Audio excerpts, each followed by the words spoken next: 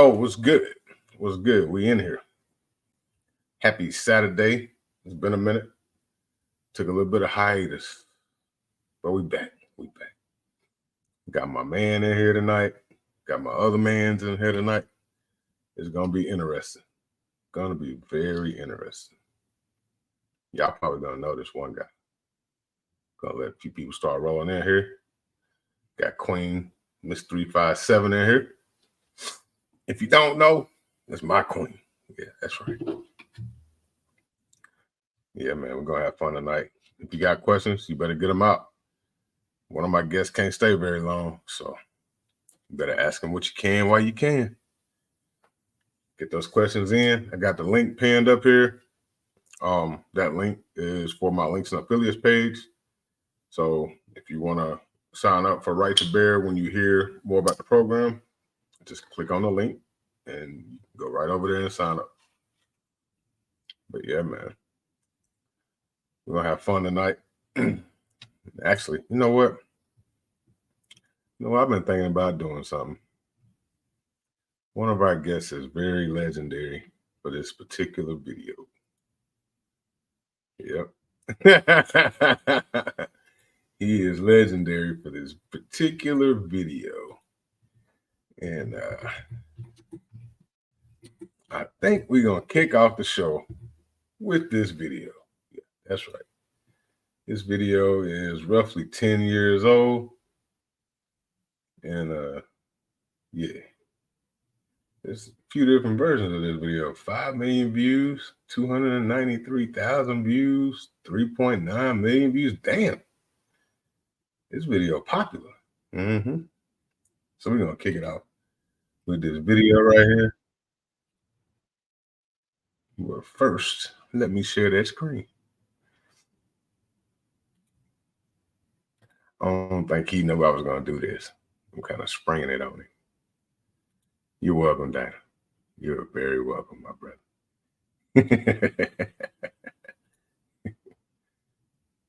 All right. Here we go.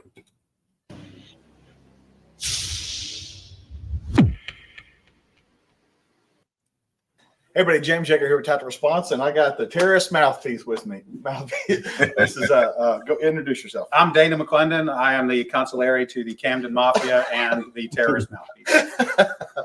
But what are we going to talk about? What are you going to talk about today? Today's lesson it's a little off the beaten path of tactical response, but it's still something that you can use every day. This is the hot, crazy matrix. It's what you need to know about how to deal with women and how to analyze the situation that you may be in or want to be in. Okay, let's take a look at that right now. Okay, so this is the universal hot, crazy matrix. It's everything a young man needs to know about women. I've developed this on my own over 46 years of living on the earth. So this is how it works.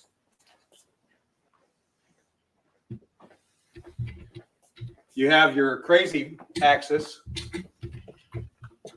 and your hot axis. Hot is, as usual, measured from 0 to 10. We're all familiar with that. Crazy is measured from 4 to 10 because, of course, there's no such thing as a woman who's not at least a 4 crazy.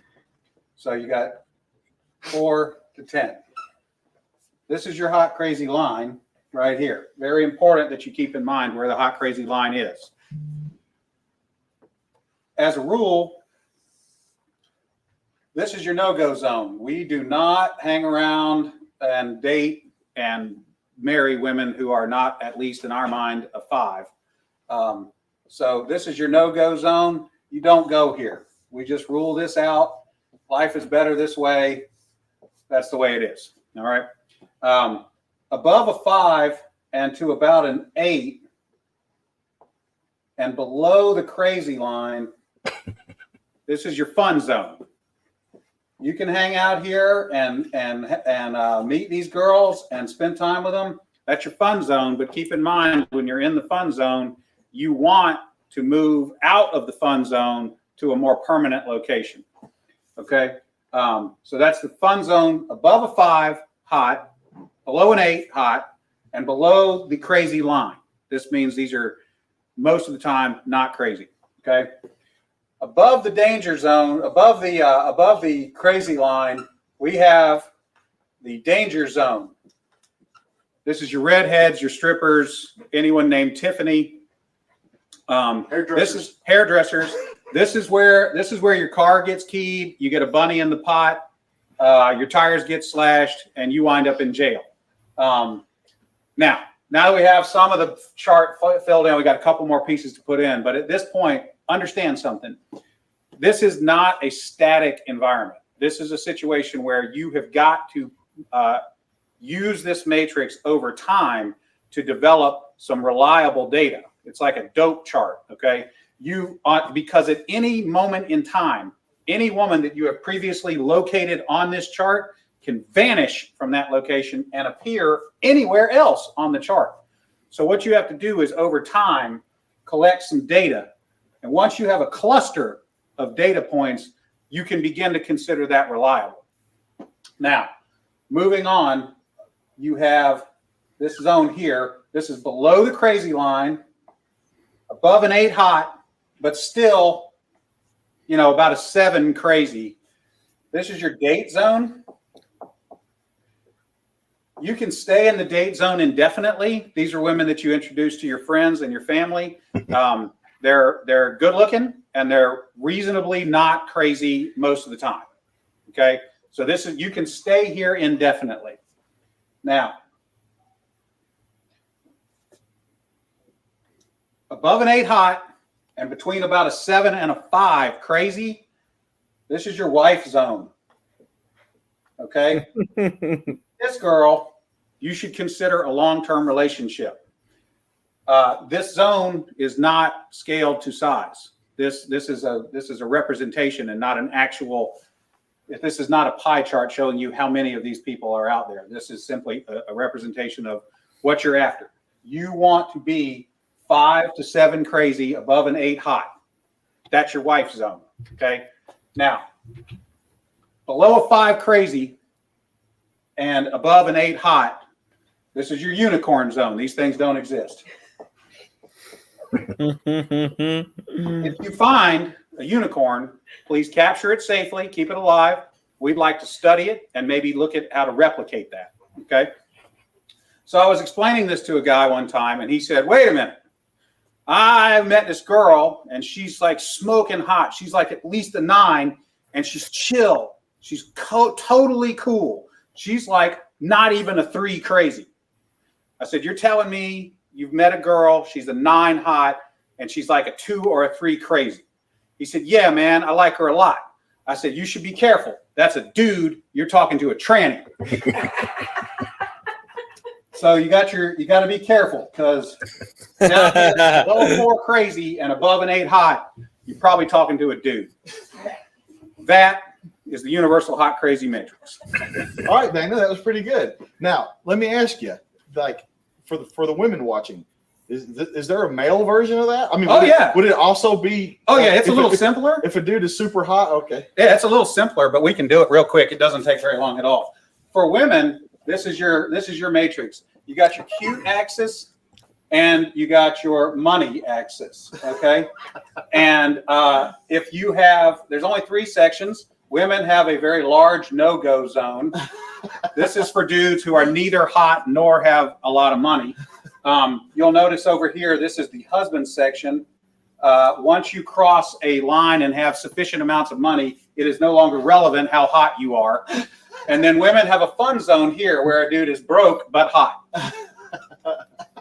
That is the cute versus rich matrix for women's use. There you go. Remember, your responsibility to be ready to date hot bitches never ends. These guys. All right. So y'all know Perry. Perry's been on here a few times. And I'm introducing to you Mr. Dana McClellan or McClendon. Good evening. Crazy Hot Matrix. This guy, one video, and he's like a YouTube celebrity. Hundreds of millions of views. Oh, Perry, he lost signal. He'll be back. Hundreds of millions. I don't even know where you found that one. I just typed in no Crazy Hot Matrix. Yeah, you can probably find 20, 30, 40, 50 million right now. But 10 years ago, when it went hyper viral, it was hundreds of millions. And that's just what I could count. That doesn't count all the Facebook views and all the times it's been clipped and put on Instagram and TikTok and you name it. You didn't even think that video was going to do all that when y'all made it, huh? Y'all was just being funny, clowning around. That was me and James. Literally did not know we were going to see each other that day. He had never seen the bit. And when I showed it, we were just talking and it came up and I showed it to him. He said, "That's funny. You should do a video." I said, "Let's do it." 10 minutes later, it was done. And what you just watched was one take. Wow. That's crazy. We literally just, he had a camera on a tripod because James used to do those stand-up videos all the time. Right. And we turned the camera on and just shot it. One take, done. And at the end of that video, when he asked me, "Now, is there one for women?" He didn't know I was going to say yes. He'd never seen that. He just asked me, is there one for women? And I was like, yeah. And he was like, "Oh, okay." So his reaction to the second Matrix is authentic. He'd never seen it before. Oh, nice. So we here. Period. I'm back. Yeah. I don't know what happened. Right in the middle of the video, everything froze up and I could hear you. And I was like, that's probably not a good sign. And then all of a sudden you guys went mute inside to get you off the laptop and onto the cell phone. So we're good. We're here. I thought you was on that cricket service or something. So why don't you tell us about Right to Bear, man? What y'all been up to? I know you've been having babies. Y'all congratulate Perry. He got a brand new baby, new family member. Man, what have we been up to? We have been. See, my first show, I was just thinking about this, was probably in February or March of 2022. Yeah, we had launched our program 5 months before that. Now I look back and now we're 2.5 years in, and golly, it's crazy to think about how far we've come from offering the insurance product to now the self-defense association, more of the prepaid legal model, where you have access to an attorney for emergency and non-emergency self-defense cases. We also have the member portal where we have our brother Ken Scott at Provectus Group out of Atlanta, who makes all sorts of self-defense training and educational materials for us. He's an elite firearm instructor out of right outside of Georgia or Atlanta, I should say. Yeah, I'm very familiar with him. And he does a phenomenal job. And yeah, I mean, golly, we're almost to 50,000 members now from when we first started. It's just crazy to see how fast we've grown in such a short amount of time. And man, we're excited about the direction that we're headed. You know, there are 100 million, you know, they won't tell you this, but there's about 100 million gun owners out there, and only about 2 million of them have coverage. And so there's a big playing field, and we believe that everybody should have some type of protection for themselves. You know, I'm sure Dana can tell you, you go through a self-defense case or heaven forbid a murder case, the last thing you want to do is run to your computer and Google search criminal defense attorneys near me. Right. Nope. The middle of a crisis is a bad time to make a plan for a crisis. Yeah. So why don't you give them a little bit of your background, Dana, since you are an attorney and you deal with self-defense cases? I have been practicing criminal defense law for 30 years. It's not all I do. I'm a trial lawyer, so I do mostly state court stuff, criminal defense, domestic relations. Occasionally I'll do some kind of a personal injury case, but it'd have to be really good, and I have to have somebody on it with me that those are just a little different. But basically I go to the courthouse and try cases, jury trials, bench trials, you name it. Okay. I've handled cases. I'm in Tennessee, been practicing in Middle Tennessee predominantly since 1993. But I've handled cases from Memphis to Mountain View. So, okay. Mountain City, that is. Sorry. Okay. So what changes have y'all made to the product model, I know y'all went from the insurance model to more like a legal, more of a, what is it? Legal defense. Yeah, Yeah. that's right. Yeah, we haven't, honestly, man, we haven't made any changes to it. When we first flipped to offering it in the form of an association, right? So you become a member of our group, and one of the benefits is access to an attorney. We send out a newsletter updating them on different law changes. Like, for instance, in March, South Carolina went constitutional carry, and so we had a nice little write-up educating our members on, what that looks like, not only for South Carolina residents, but what overarching 30,000-foot view, what does that mean? A lot of people don't fully grasp the details. Now every state is different, but just offering the educational piece that I think a lot of the folks out there are missing, right? When you own a firearm, and if you're carrying a firearm, that's a big responsibility. So trying to stay ahead of the game by educating our members on different law changes like that. And then we give our members access to our attorney network for non-emergency questions, right? So if they're traveling from Georgia to Tennessee, they have access to contact one of our attorneys in the state of Tennessee to answer some of the questions they might have. So it's a really unique program. We're excited about, listen, we've kind of found our nice little niche in the market, and now we're trying to focus on branching. We'll never leave the firearm industry, but focusing on other people that are outside of the firearm industry, because they need the product too, right?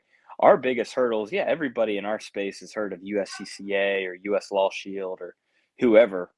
But if you break outside of that 2A industry, very few people know that a product like that even exists, right? So trying to get in front of as many people as possible that, are not, checking their phone and email for, new updates from Palmetto State Armory or Glock or Smith & Wesson or whatever. They're more or less, they've purchased a gun, 10 years ago for defense. They got their concealed permit, but now they really haven't done anything after that. So those are the people that we're trying to get in front of now too. Okay. So when it comes to self-defense cases and stuff like that, I know when you first came on, y'all hadn't really had any at that point. Mm-hmm. And I know since then y'all have had several come up. Mm-hmm. Yeah.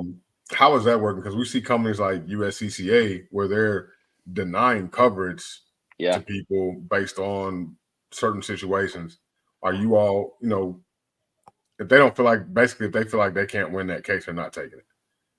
So how are y'all different from them in that aspect?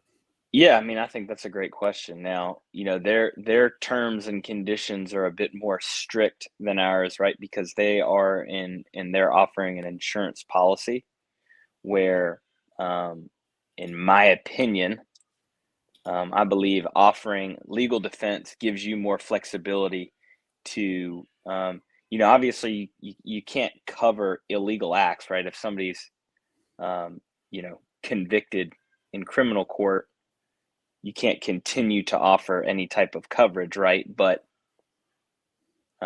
being charged with one, there's a lot of gray line, a lot of gray there, as Dana will tell you. But, they have to adhere to an insurance company's language. They have to, adhere to the guidelines that were written by the attorneys on the betterment of the insurance company that is ultimately offering the product. And so a big reason why we switched to prepaid, it's not prepaid legal, but a form like prepaid legal, the legal defense, is because it allows our attorneys and our chief program attorney to analyze the case, take facts not only from our member, but also law enforcement, gather everything up, and then make a determination whether or not that would be a covered act under not only our guideline, but ultimately what we think is right as a leadership team at Right to Bears, right? So if you're acting if you're acting in true self-defense where you believe that you or another person's life was threatened, our intention is to defend that. And it might be flirting with, maybe some gray even in our policy language, but that's not our stance. We didn't start Right to Bear to turn and deny claims. So that's what we'll stand by. And we've had cases all the way from road rage to, folks being stalked outside their home, from, being, a domestic dispute of somebody being attacked in their home. And our member used actually a pretty ripe bag of avocados to actually use to hit the perpetrator. And that went to criminal court, Colorado, and we ended up winning, and our member was acquitted, and it was a big day for Right to Bear. Oh, that's what's up. Yeah, man. So this guy had a question. Why should they pick Right to Bear over the other companies? Well, man, that's a loaded question, which I can easily answer for you. I think why is because that you have individuals like myself that are gun people protecting gun people. Our job is to not turn and deny claims. We have an attorney network full of Pro 2A criminal defense attorneys that are they're not looking to turn their back on somebody that defended themselves or a loved one. The other thing is that we offer more for less than anybody else in the industry, right? If you compare us with USCCA, we don't have the recoupment clause in our contract, right? That what that says is that if you're convicted in criminal court, they reserve the right to recoup those fees. That's one issue with the insurance contract. And then with some of these other legal expense, they don't offer psychological support in their main program. They don't offer coverage for expert witnesses in their main program. They don't offer gun replacement in their main program. So you're getting all that stuff for $13 a month, including the unlimited civil and criminal defense, including the other benefits at Right to Bear. So if you look at our coverages with our rate and compare them with everybody else, I think that you'll make your own conclusion, which is why we've grown just as fast as anybody else in our industry has. Now, we don't have the member count that some of them do, but we've only been in business 2 years. But as far as new members year over year, yeah, I'll stack us up with anybody in the country. Okay. Now, Big Mac, he's a police officer. He's wondering, do you cover Leos on duty incidents? Yes, we do. So remember, we offer legal defense for self-defense. So if the officer has legal defense through their union or their police group or whatever, we would then be secondary to what they have. But we had a case in Michigan where according to the union, the officer used excessive force, right? And they weren't going to provide any coverage, but he was on the job where he was having to use force to defend himself from an inmate that was, he told us, was whipping his tail. And his union's legal defense group turned their back on him, and we stepped up and we offered the legal defense that he needed to ultimately keep his job. Now, it wasn't one of those big high profile, $50,000 cases, but nonetheless, the principle of it is, what we want to promote is that our job is to not turn our back on you. Now, I'll tell you a case that we didn't cover where there was a lady that felt like she was being followed, or that somehow, some way it was gang related or something, where she was on her porch and she felt that she had been followed during that day, and a car that she had seen previously pulled up to her house and just parked. Well, she grabbed the gun and started open firing on the car. And that ain't no self-defense, my friend. So, we can help you in that case. We can help you find an attorney, but we are certainly not going to cover negligent or reckless behavior. That we are not going to do that. So, bust some guns. He was saying, is there a potential conflict if you carry both USCCA and right to bear if there's a legal event that occurs? Yeah, I think it can. I don't know what USCCA's contract says in regards to that, but I know ours states that we would be secondary if they previously have coverage.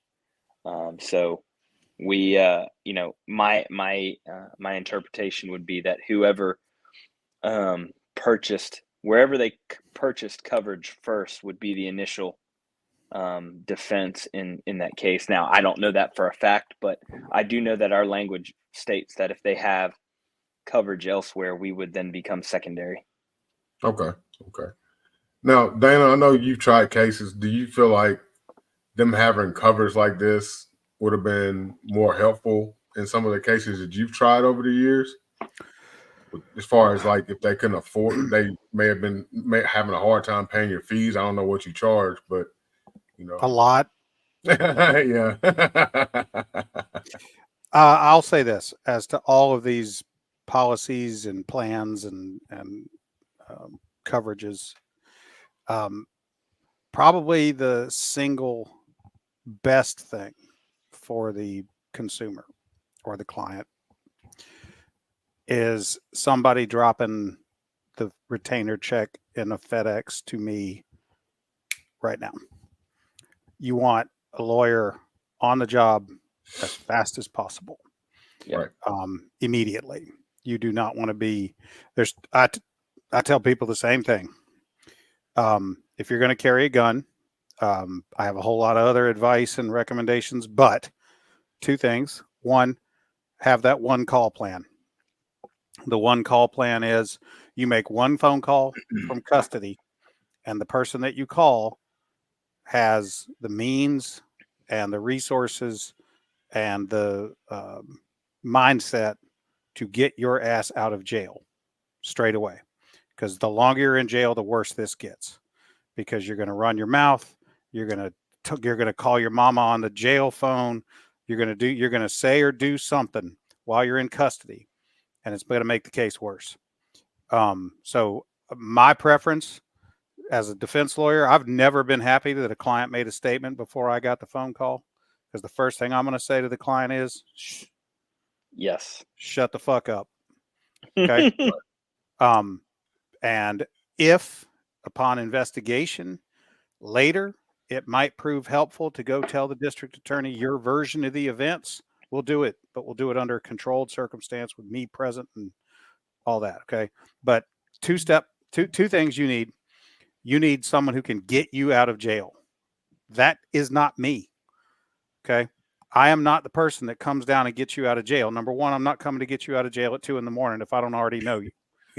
I'm just not doing it. Number two, if you've ever been in or around a jail, you'll notice that there are no podiums in a jail. And if there is no podium, then there is nowhere for me to do my job. Okay. So I'm not going to roll up at the jail and go bang on a window and try to talk to some magistrate in the middle of the night. All they want to know is why was that person arrested? And the conditions, criteria for setting bail. And then they set bail and they turn your ass into the back. That's it. You get the jumpsuit, you get the slides, and off you go. They're not going to listen to me at that moment in time. So get you somebody who, if you make one phone call, it should sound like this. Dre, I'm in the Williamson County Jail. Get me. Boom. You don't ask me what happened.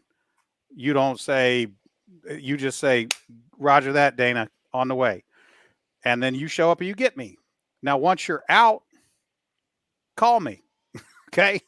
Don't waste your call on me, because all I'm going to tell you is you should have called a bondsman, or you should have made your one phone call to the one call person. That person should be able to get a hold of enough money, either theirs or yours. That person should have, should be somebody that's responsible and level-headed enough to take care of that business at whatever time of day it is. And that person should be somebody who will drop what they're doing and come get you, because your lawyer, need you out of jail. Then in the morning, call me. Then we'll have a conversation about what it is and what the fee might be. but I'm not going to do nothing until that fee is paid. I'm not going to take payments. I'm not going to take chickens. You got to have cash money Dana, before I walk in. Yeah. Dana, I got a question for you, brother. Because every attorney is different, right? You're in Tennessee, right? Mm-hmm. Give us a ballpark. You don't need an exact number, because this is the most shocking part that we run into all the time. What is your typical, within a $10,000 range, a retainer for these folks to speak to you to engage your business? You just want to talk to me? I'll talk to you. That's free. You want me to put on a suit and leave my house? That's a whole different thing. Okay. Yep. You call me and say, man, I just got out of jail. I need, I'll talk to you for 30, 45 minutes, hour for free. But I'm very selective. I'm at the point in my career where I tell most people no. Okay. But if you shot someone in public, that's all I need to know to tell you we're starting at 50 grand, maybe 100. Yep. And that's before I even know whether they're dead. If they're dead, 100 is just to make sure, from my perspective, that you can pay the rest of it. So, I mean, if you discharge a weapon and someone is struck in public, that's an easy 50,000 or good luck. Keep you. Isn't that crazy? Shit, you made me fire up a cigarette on that one, Danny. Hey, man, I ain't trying to sound like an asshole, but Rolexes ain't cheap. Yeah, I mean, listen, you nailed it on the head. I mean, that's why we exist, right? That to me is like, and I mean, I don't want to, I'm not trying to be cynical, and I'm certainly not going to discourage anyone from exploring all of these options. Okay. But the first thing you need is out of jail. And the second thing you need is the right lawyer. All these other problems can wait. All these other, well, what happens if they convict me? What happens if the coverage plan pulls coverage? All that stuff. Okay. Those are all problems that might happen. Mm-hmm. But those problems get mitigated faster if you get your ass out of jail and get the right lawyer on the job right away. Right. So if you do it in any other order, your problems start to get worse. So Perry, the question for you is, all right. So like he said, if you shot somebody, it's outside. He's talking about 50 grand minimum. And that's just to retain them. I'm gonna say if you shot at someone. Yeah. Mm-hmm. Well, I mean, let me right. Yeah. So he's looking at 50 grand minimum. Mm-hmm. So now, if you just happen to be sitting on 25 or 30 or 40 gold Krugerrands, okay, fine. I'm telling you, I mean, otherwise. There's not a lot of people that are out there that are liquid like that, right? There's people that could go get a loan on their house. There's people that could go pull money out of their 401k. There's people that could arrange a loan from 1, 2, or 3 other people. They could raise the money maybe in a week or two. That week or two is critical. Yeah. You don't want to be waiting for your 401k to cut the check. You don't want to be waiting for your grandma to get the money out of her account or anything. Now, my question here is, why would you want to liquidate your 401k when you can spend $145 a year? Well, that's certainly a good sales plan. Right. I'm just saying, if you happen to get caught slipping, yeah, there are people who could raise the money with a HELOC on their house or borrowing money. But yes, you're right. And that's why I said the first thing I said was, to me, the number one advantage is that money is available right away. And if the policy or the plan provides bail money, better still. Now, with right to bear, they're able to choose their own attorney, correct? Because they're asking, do they have that ability? They do. Now, there is a caveat, though, is each attorney in our network has a set arrangement with a firm that we have out of Colorado, an hourly rate, and this is to prevent us from finding a case in or getting a case in California where they say, okay, I'm going to choose my own attorney. And then the attorney says, oh, okay, you've got, insurance. My hourly rate went from, $400 an hour to $1,200, right? So because we have a network of attorneys that are in our network, and I'd love for Dana to talk to Kristen Keller, our chief program attorney, to see if he might want to hop in that fold too. And obviously you just said that you spend more time saying no than yes, but might be worth a conversation. No, I'd be happy to talk to him. I say no to. I'm very selective about the cases I'll handle. Yeah.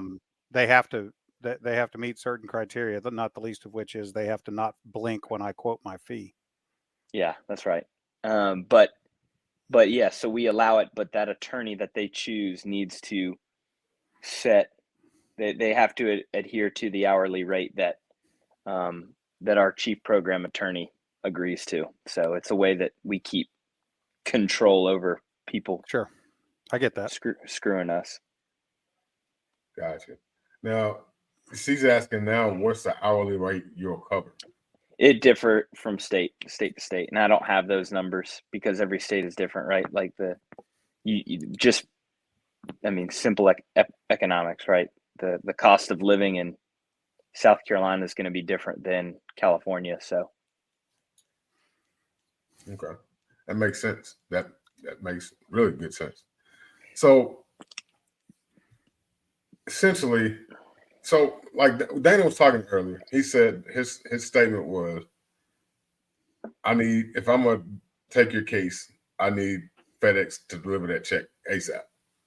How quick would the attorney be able to get their money if you decided? So say I got in a situation, I hired Dana. mm-hmm. How quick can he get his money so he can get in the courtroom? Well, yeah, so that exact example is a little bit different because right now Dana's not one of our network of attorneys. But if we do have a network, or if Dana does become or was in our network, it's immediate, right? Because then he would then reach to the Keller firm and then would receive the funds through right to bear, immediately. So, once the case was, once our emergency call was answered and we were able to do our due diligence on what happened, it's a really quick turnaround. Within 12 hours for sure. So that's just from experience, right? So our process works is member calls the attorney answered hotline. Attorney's going to pick up the phone, basically say what happened. They're going to go through the case, and then from there they're going to take all of the facts that were given to them.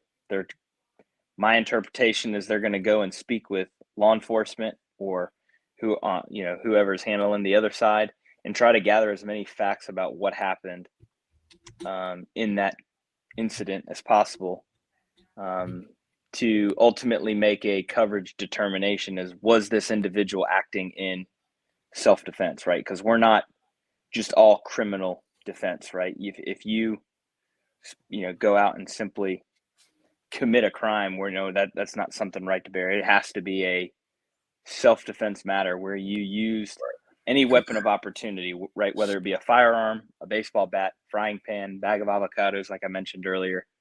I'm gonna recommend against poison. Yes. Yes, stay away from the poison.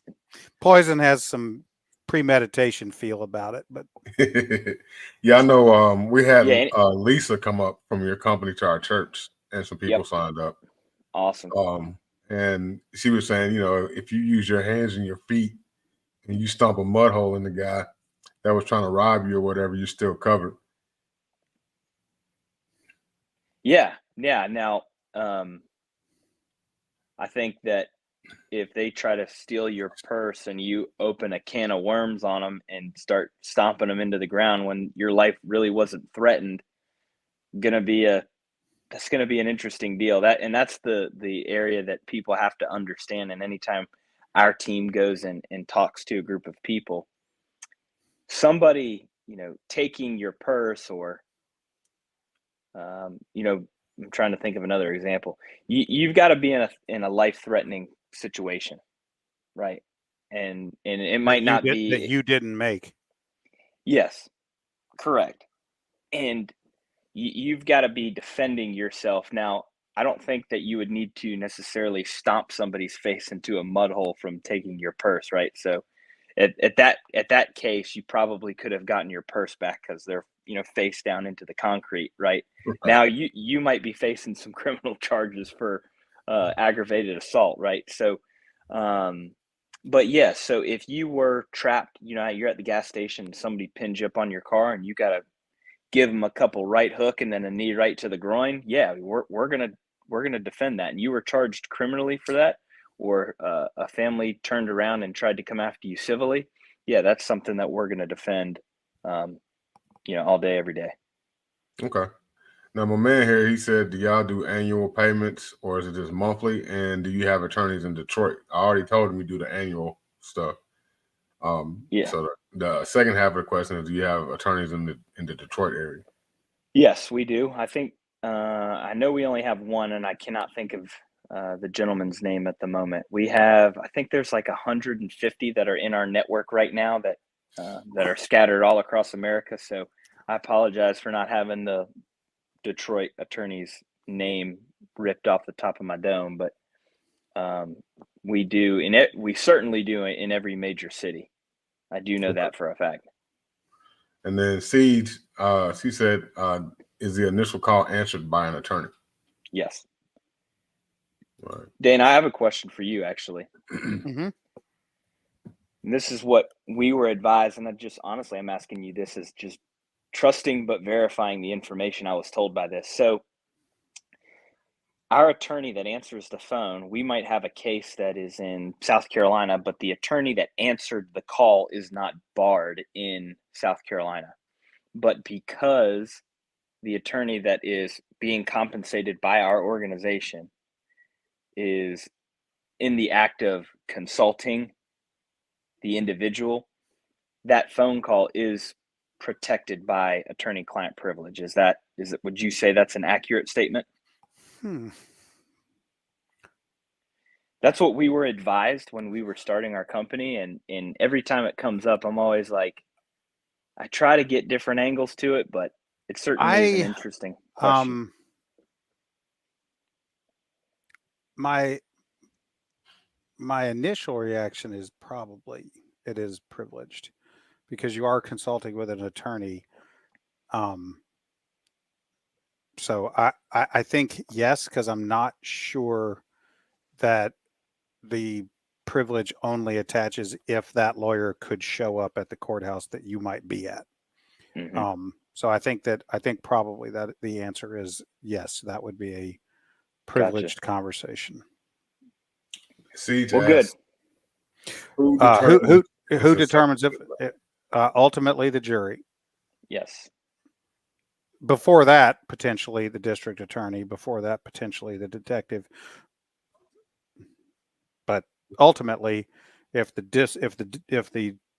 detective and the district attorney think it's not a self-defense case, or if they think, for whatever reason, we'll let the jury decide, ultimately the answer is going to be given to you by the jury. And theoretically, potentially, maybe after that by the judge. Okay. And Carmen, she asks, are children covered as well? Yeah, fortunately, we have the minor children coverage, which is an add-on, right, for another $4 a month or $35 a year. That if your child that's under the age of 17 uses defense in a life-threatening situation, then yeah, we're going to defend your child. Okay. Now, she asks again, do you cover the civil trial or the trial and judgment if there's a judgment against you? Civil trial, yes. Judgment, no. we do not cover the civil judgment. That is one of the big differentiators between offering an insurance product and a legal defense. The judgment would serve as us covering the judgment would serve as us indemnifying the member, which we don't do because we're not an insurance policy. That is the number one downfall of I guess of our program. I will tell you that very, very few, and I know that's not a good sales pitch, but most of the time the self-defense cases, they go criminal first, and in my experience, we haven't seen a ton go to civil court, let alone get all the way to where you're getting a damage awarded against you. Now, does that mean that can't happen? Of course not. You look at the high profile cases, and more times than not, if it's a high profile, you're going to have a judgment, but that's not something we cover. We're going to cover the defense of it. And hopefully we've surrounded ourselves with some rock star attorneys to keep you from having to pay a damage. All right. So she put some clarity on that previous question. She was wanting to know who at right to bear determines if something's will be considered self-defense, and can right to bear say it's not self-defense, we're not covering. Yes. I mean, we absolutely can. So between our chief program attorney, Frank Cannon, our president, and myself. He's a great guy. Yeah, he is a great guy. We all ultimately take all of the facts of what we have done and our attorneys have done through discovery to determine whether or not the incident or the act will be covered under right to bear. Because we pay a portion of our revenue on the front end to our attorneys. We don't feel the need to turn our back on our members. And I know that it just sounds like sales jargon, but we believe in it. We started Right to Bear 2.5 years ago, knowing that there were two major players already that had the market, on stronghold. And, from the outside looking in, probably didn't look like a super wise business decision to get into a pretty captivated market by two competitors.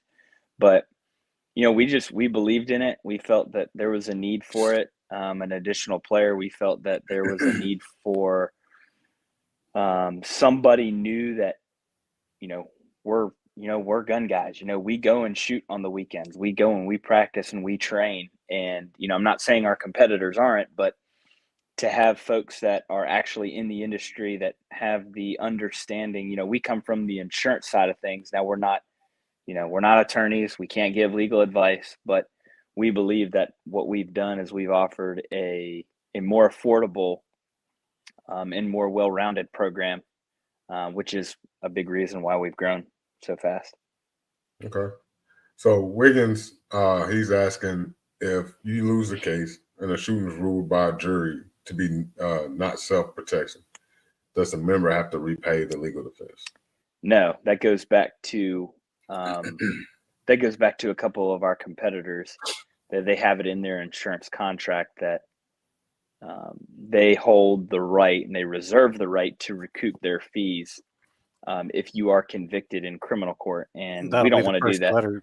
That'll be the first letter you get. Yeah. You make a claim with an insurance company, the first thing they're going to do is say, we're going to get a lawyer for now. Yeah. But at any given minute, we might bail and we might come back and ask for you for all the money back. Yeah. So that's true of car insurance. That's true of, that's just insurance. That's just the way that goes. Gotcha. So have you had a case, Dana, where you defended somebody that had a coverage like this? Not yet. I've had a few that I've not had to go to court for a covered or member. Okay. So looking at your product as it is now versus the other two competitors, overall price wise, overall quality of product wise, would you say they're getting more bang for their buck? What, right, the bear? Yeah, I don't think it's even close now. I mean, U.S. Law Shield was the only company that was offering a price point comparative to ours, and then there are half the states across the country have moved towards more of an insurance product. So the base level is $24 a month, where our base level is $13 a month. So the big reason that those plans are more expensive is, listen, we launched as an insurance product, and I know how much the insurance companies want to, as far as percentage of revenue, so they can put funds away to, reserve in the event that $1 million case might happen, and which is why they have to charge as much as they do. And that's not who we are. We're more tailored for the blue collar American that, they don't know this product exists. And then when they do, we want the barrier to entry to be as little as possible, so they can at least have some type of protection, right? Okay. Dana just said 30 minutes ago that you're looking at $50,000 if you use a firearm in public. And I mean, $50,000 will, that'll buckle you up quickly. Yeah. The average person probably don't even make that a year these days. No, no, and we have an attorney spokesperson of ours who does some YouTube content for us, and he said,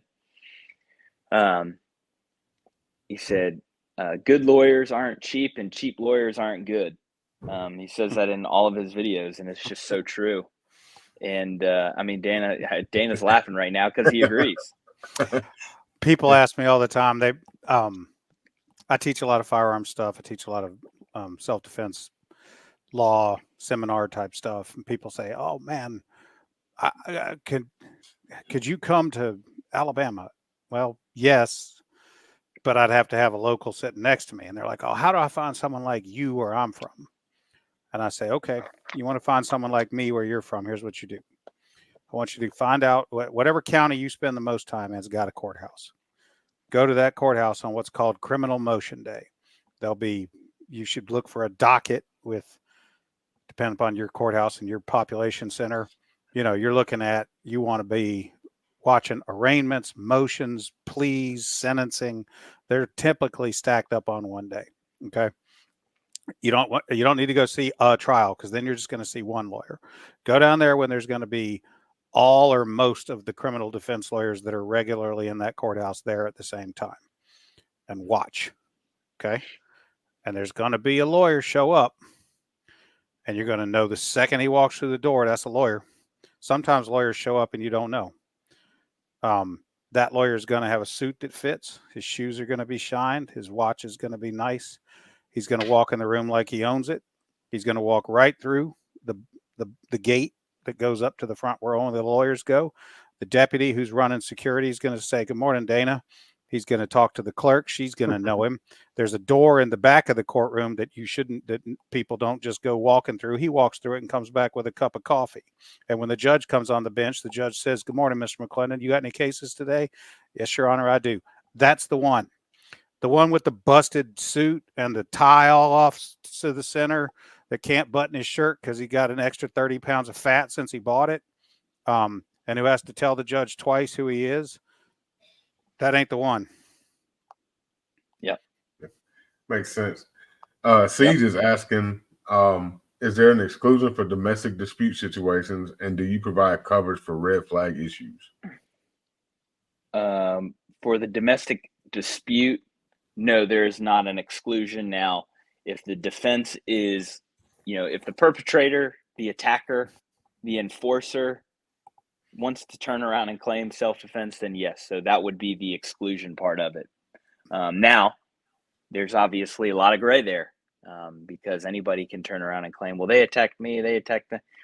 That's part of the due diligence process of what our attorneys are going to do. They're going to take the call. They're going to figure it out. They're going to speak with law enforcement, and ultimately do some type of a discovery to determine, who was indeed actually defending themselves over the other. And I'll tell you, in our one case that we had and have had so far, domestic dispute wise, you would think that it's the female that is defending themselves over the guy. In our case, it was the opposite. We had a gentleman that was being attacked by an ex-girlfriend that had a knife, kitchen knife, coming after him, and that was when they used. You think this might be funny and it might not sound real, but it is. The guy used a bag of avocados that was on the table to turn around and just, he said he smoked her. And he did, and then he unfortunately was charged criminally for it. And after the discovery, it went to trial, and ultimately was found not guilty and was acquitted of the charge. And we felt pretty pumped up that we stepped up to defend the guy. Now, Okay. he didn't use the firearm, so the initial fee was not $50,000, but let me tell you, it was. I might have done that one for free. My man put her down with a bag of avocados. Yeah, that's right. So I mean, it's scary, man, and people don't know because they're not educated. Nobody, a lot of people don't have a clue. A lot of people, like I've said, they don't know that a product like this exists. So, you knock out your ex-girlfriend, she's laying there in your kitchen, and you're sitting there like, oh my God, my life is over. Like, Right. I'm either going to jail or I'm going to now have to defend myself. You don't know if the news is going to take a hold of your story and try to make you as the example, and you're losing your marbles, right? So you've got to find a legitimate attorney to defend you. Well, that's not the time, You should know trying that that dude should be in your phone right now. Yeah. And so that's as the case may be. That's the reason why we have the attorney answered hotline, is that we have, our ask is, when people sign up in classes, at workshops, at seminars, whatever the case might be, put the emergency phone number in your speed dial in your phone, so you can just call it and get help immediately. Because, calling your mama and them is not a good strategy. And then next thing you know, you're running your mouth, like Dana said, telling them God knows what. I mean, I can't remember what. There was a case where a guy served 10 years in jail over something he didn't do, but because he was near the situation where it happened, he told somebody over the phone he told the police when they arrived that the individual was wearing like a blue shirt, and then the guy ended up wearing like black shirt. Well, because he couldn't clearly see, he told law enforcement one thing, and then it ended up being another. Well, then law enforcement then thinks that the guy's lying and served 10 years in jail because of it. And I mean, Dana nailed it on the head. Just shut up. Don't say anything. Your one call shot better be exactly who you need it to be. So we've had cases where, the one call was an individual calling a parent and the parent calling us. Right. And so fortunately they made the right call, but you definitely don't want to call just a casual friend and, hey, I need you to scrounge up, $25K for bail. And right. Then, and don't call me from the side of the road when the police are giving you lawful orders. Yeah. So yes, you are being detained. I'm a card carrying member. I have been since before I even met Perry. Honestly, I'm not even. How did I even meet you, Perry? Did I meet you at the gathering the first time? No, we met in person there, but I had already been on your show at that point. I have no idea. Honestly, I may have sent you an invite through AvantLink, and I know that you're a big Palmetto State Armory fan, and you had seen our advertising through them, and I think that's how you signed up originally. And then when you got the invitation through AvantLink is when is when I came on your show, maybe like a week later, and then you came down to the gathering after that. Yeah. As a matter of fact, when y'all first started, y'all were giving away receivers, lower receivers with y'all's logo on it. Yep. And the last time you were on, I actually gave away the receiver I got when I signed up originally. That's right. We need to get that program back. I'll talk to the guys at PSA and see how we can get that fired back up. That was pretty neat. Those Yeah, were that some was pretty awesome. They were badass, man. The little Yeah, bear. they were nice. I need another one now. Well, I can tell you, we were all out. We ran through those like hotcakes, and so we need to fire that back up. Oh yeah, for sure. See, that's where can we read the entire Right to Bear document that details what is and is not covered?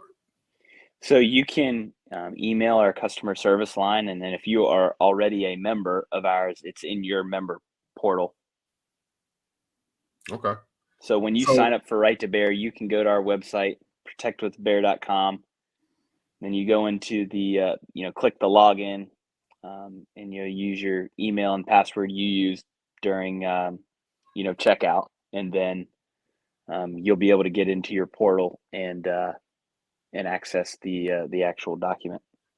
Just make sure you don't use the website Perry just gave out until after you sign up. No, use yes. my link to the website to sign up. use Big Dre's link, sign up, and then you'll get it in there.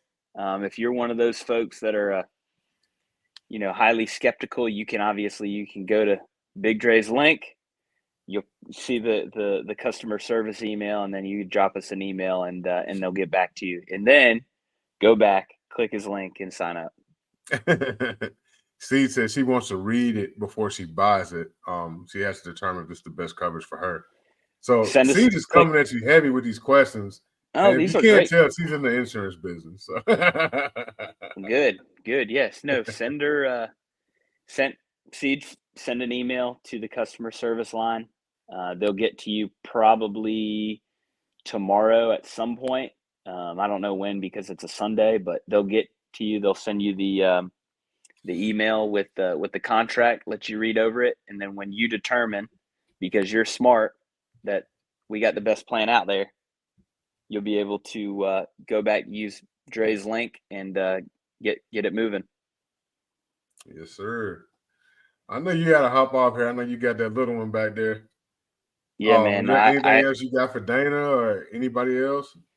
No, Dana. I'm going to get your contact from my man Dre, and man, I'd just love to connect with you offline and sure, hear more about what you've got going on. And we do attorney speaking engagements all over the country, and I'm awesome. No, I don't doubt that for 1 second, and I think that you would be a hot commodity, considering your YouTube fame from a decade ago. The intro for a seminar like that would be absolutely hilarious. But we actually we've been wanting to focus on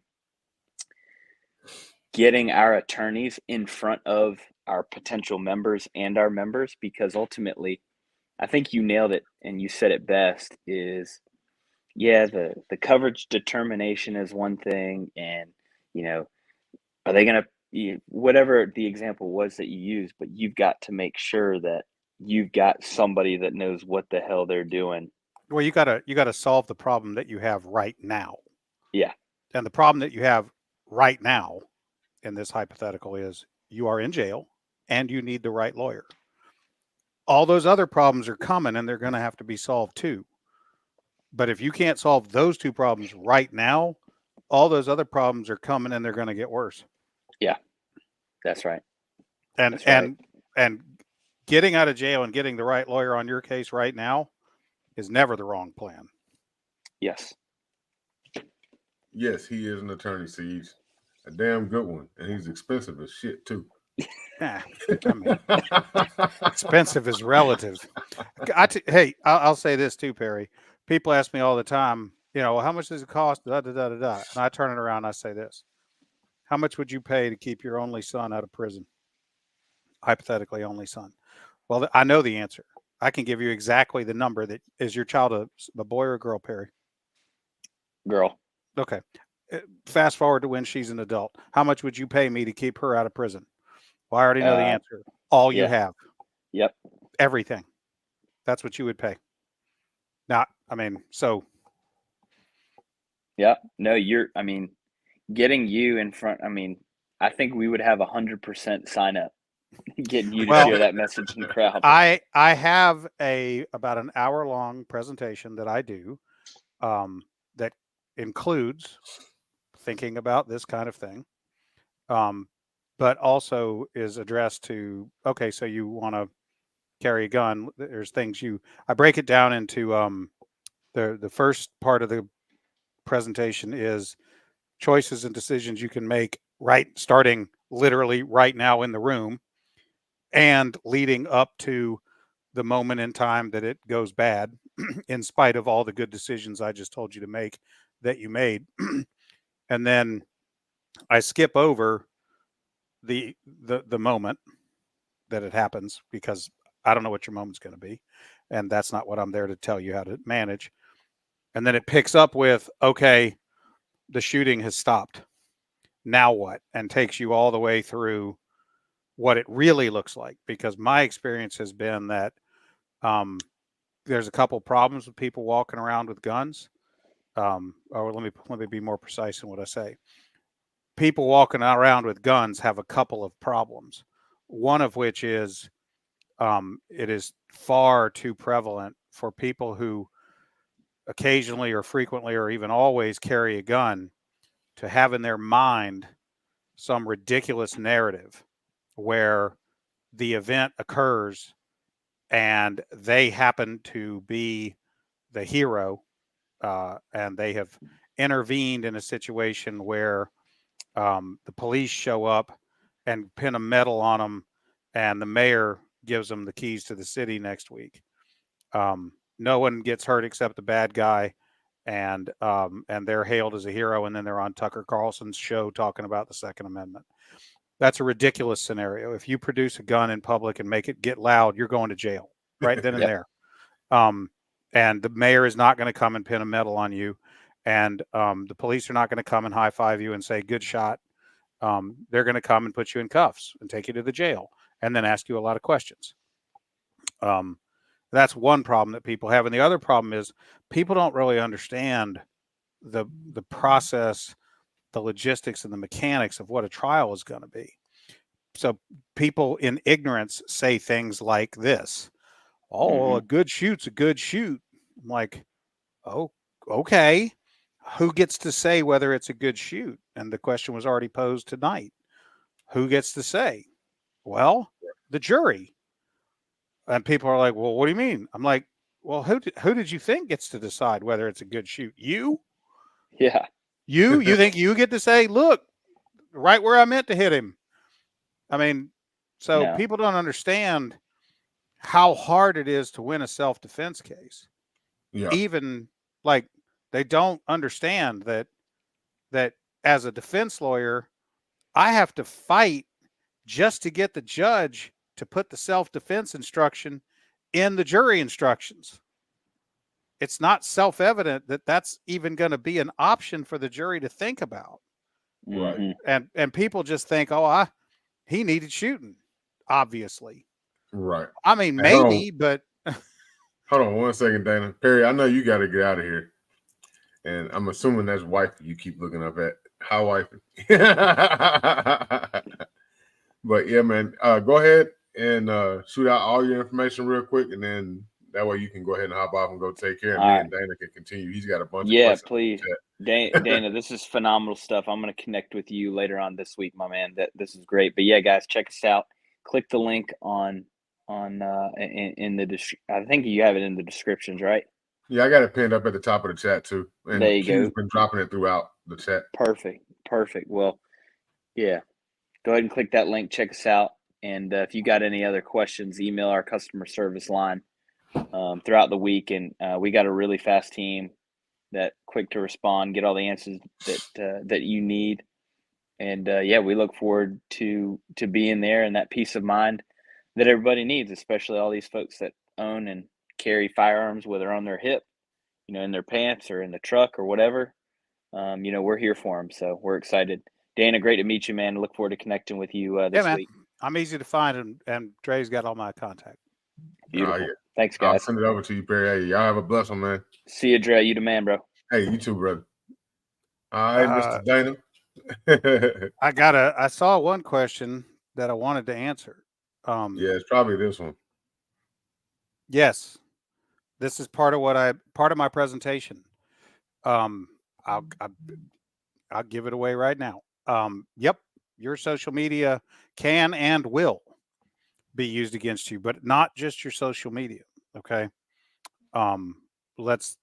So the presentation that I give, I start with saying to people, I'm going to now give you some advice to help you make decisions starting right this now before you leave the room that may help you get the best outcome in the event you ever have the worst thing possible happen, which is that you end up having to use a weapon for self-defense in public or private even.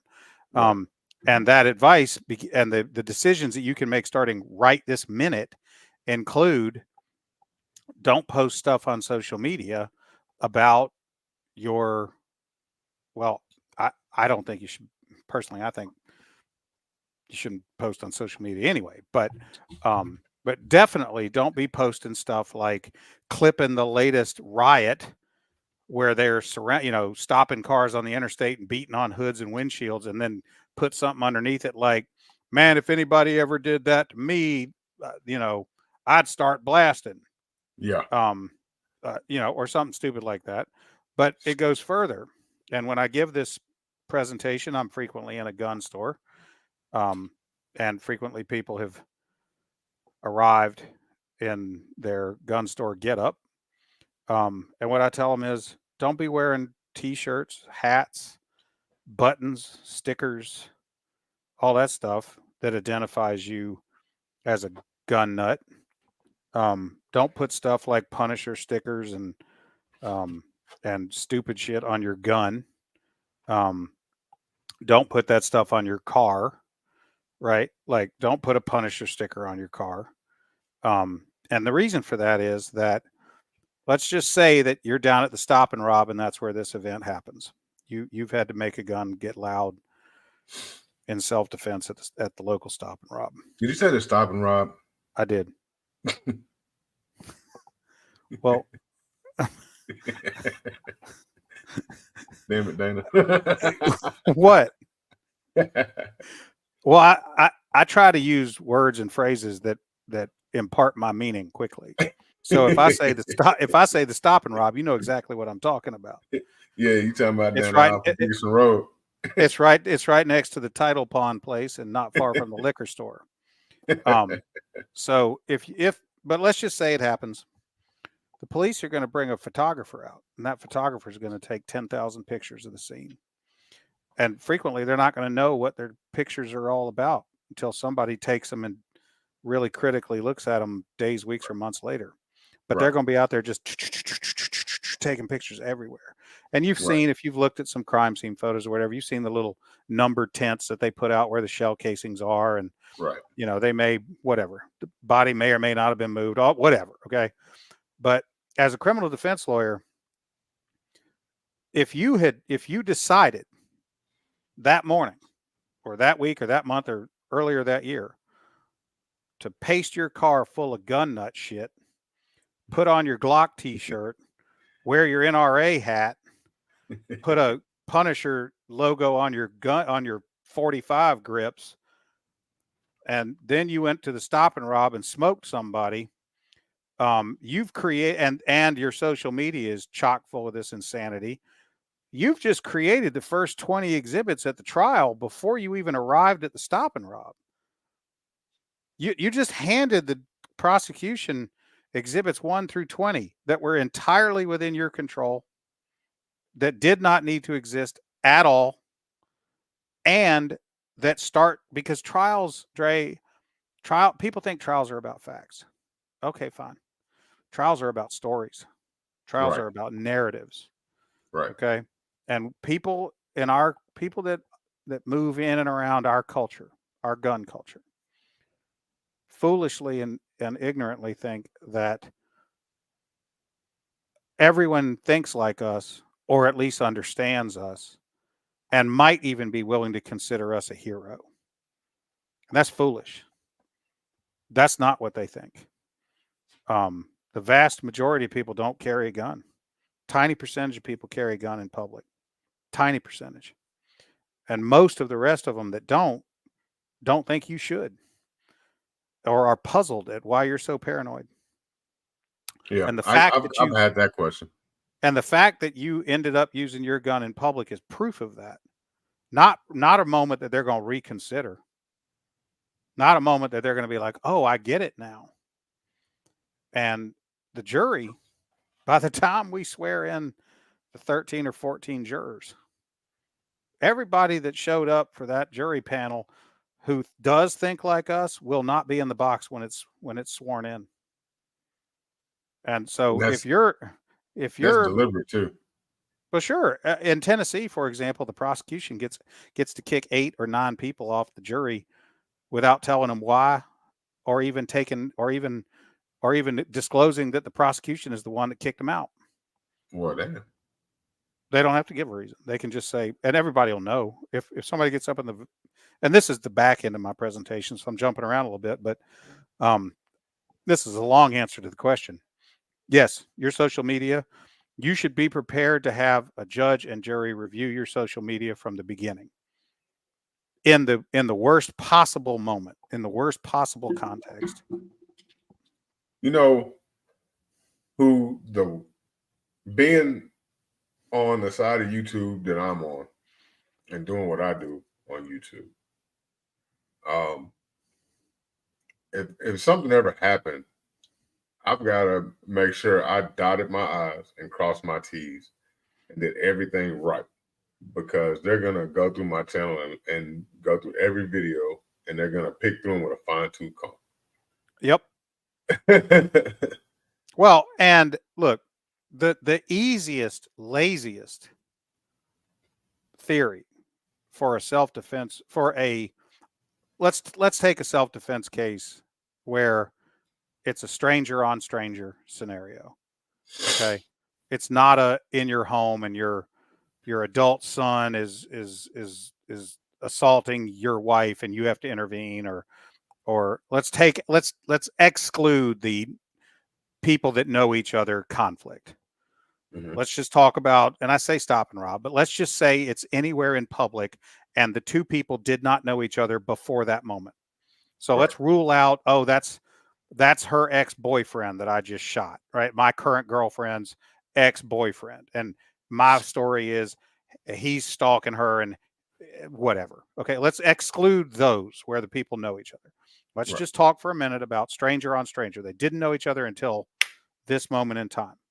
The laziest, easiest, most readily recognizable narrative for the prosecution to bring to bear, if you give it to them, is that you're a lunatic, gun nut vigilante who's just driving around waiting for a moment just like this. So yeah, your social media, your clothing, your hat, your car, your bumper stickers, everything you've ever written, if you wrote a letter to the editor, all of that stuff is going to be reviewed, scrutinized, parsed, and curated to bring to the surface the evidence that you're a vigilante gun nut going somewhere, waiting, hoping for the opportunity to shoot someone. Yeah, so I guess I should. Why would you create the first 20 exhibits for the prosecution? So I need to stop wearing that shirt that says "All Fashion 911" and it's got all the handgun calibers on it. Yeah, I wouldn't wear that in public. I mean, and I look, I give this presentation in gun stores where that merchandise is being sold 10 feet away. Right. And I'm sorry. I'm not sorry. I'm going to say things when I start my presentation. I say, look, I'm going to slay some sacred cows. You don't have to like it, but do try to enjoy the steak. Because I'm not like there's too many people in this industry that are selling cool guy cosplay story. Okay, where Right. somehow you're going to know that this thrice convicted violent felon has decided that today's the day he's going to get his card punched, and you just get to be the hero who does it. Right. There's just too damn many people in the industry trading on that kind of cosplay fantasy, and too many people purchasing it. I mean, implicitly or literally. Yeah, I would not wear that shirt. I would not put stickers and shit on my car. I would not put Punisher stickers on my gun. I would not post things on social media that would look that way. I mean, yeah, I don't put stickers and stuff on my car. I feel well, like it's just to steal me. I mean, it yeah, just says there's yeah, a gun in this car. Come get it. yeah, and that's what I feel like. If somebody's riding around with Glock stickers, or SIG stickers all over their car, you're just inviting somebody to take your windows out, Yeah, and rearrange your interior of your car. for sure. But you're also, and here's how powerful this car sticker license plate thing is. When I pick a jury, I always ask the jurors that are sitting there for review if the car they drove to the courthouse in has got a vanity plate, a window decal, a bumper sticker, anything like that. Not just about guns or anything. Because if you put a sticker, a bumper sticker, a vanity plate, or a window decal on your car, you are telling the whole world something you want them to know about you. Now I want to know. And you wouldn't believe the answers I've been given to that question. Sometimes, and a lot of times, I'm just doing it to have a conversation with people like a human being so I can get a read on them. Right. But sometimes what they tell me is incredibly penetrating insight into how they view the world or what they think. I picked a jury in a car wreck case, I don't know, going on 25 years ago or so. It was during Clinton's administration, whenever that was. And I asked this question about bumper stickers and everything. And the only dude in the jury box that had a suit on, and you could tell he was annoyed that he had to be there because he was losing money. I asked that question. He raised his hand. I said, "What do you have on your car, sir?" He said, I have a bumper sticker. I said, "What does it say?" He went like this. He went, "It says impeach Clinton." And there was a beat. And then the whole place broke out in applause. All the other jurors in the box with him. Well, there's my foreman. He just got himself elected foreman of the jury, right? I'm trying the case to him now. So okay. They're going to do that to you as the defendant for sure. And when your car's sitting at the parking lot at the stop and rob with the puddle of blood behind it has got a fucking Punisher sticker on it, guess what? It's going to be this big color on a tripod on an easel in front of the jury for as long until I get the chance to get up and take it down and put it somewhere else. But they're going to be looking at it for hours. Mine has a Masonic license plate, Masonic emblems on the window. Yeah. Okay. Yeah. I mean, I'm speaking specifically about firearms and Second Amendment and, you know, don't tread on me and all those politically charged things and Second Amendment guns. If you've got a my kid's an honor student at such and so elementary school, congratulations, whatever. Hey, that guy might be the doggone next mass shooter. It could be. Isn't there something about not instructing the jury that they can deliver a not guilty verdict even if they agree the law is broken? It's called jury nullification, and we don't talk about it. We're not allowed to talk about it. We're not allowed to tell the jury, hey, by the way, you can just go back there and find them not guilty for no reason at all, just because you don't like it. Yeah, that's a little jacked up, because I'm sure there's somewhere where they can do that. There's some little Barney Fife town in America that allows stuff like that to happen. I just, I mean, because we can't know when or how it's going to be, we should control, like if there's all these dials out there, and we can move some of them today in our favor or at least neutral, we should. So We should not be creating evidence for the prosecution. I think every time somebody gets in contact with the police, they create evidence, or they snitch on themselves. Oh man, but listen, if you shoot someone in public, the police are going to show up with at least 2 cameras rolling. But by then, there will be 5 to 10 minutes worth of multiple camera angles of what's happening, what did happen, potentially including the shooting itself. I mean, Kyle Rittenhouse. Yeah. Those were not police. What you saw in the evidence of that case was by and large not police video. Yeah, it was cell phone video. It was bystander cell phone video. Every damn person in North America above the age of 8 has a camera in their pocket now. And when the voices get raised and the profanity starts coming, somebody's going to whip that shit out and go, "World Star," boom, and then that's the exhibit. That's what's happening. Yeah, and that, in that whole Rittenhouse thing, we all saw what happened from different angles, and it amazed me at how many people that I talked to, that would make the statement like, that boy's racist. You see all those black people he shot at that Black Lives Matter. I'm like, he didn't shoot no black people. Well, everybody he shot was white. here's what I'll say about Kyle Rittenhouse. Kyle Rittenhouse violated one of my cardinal instructions.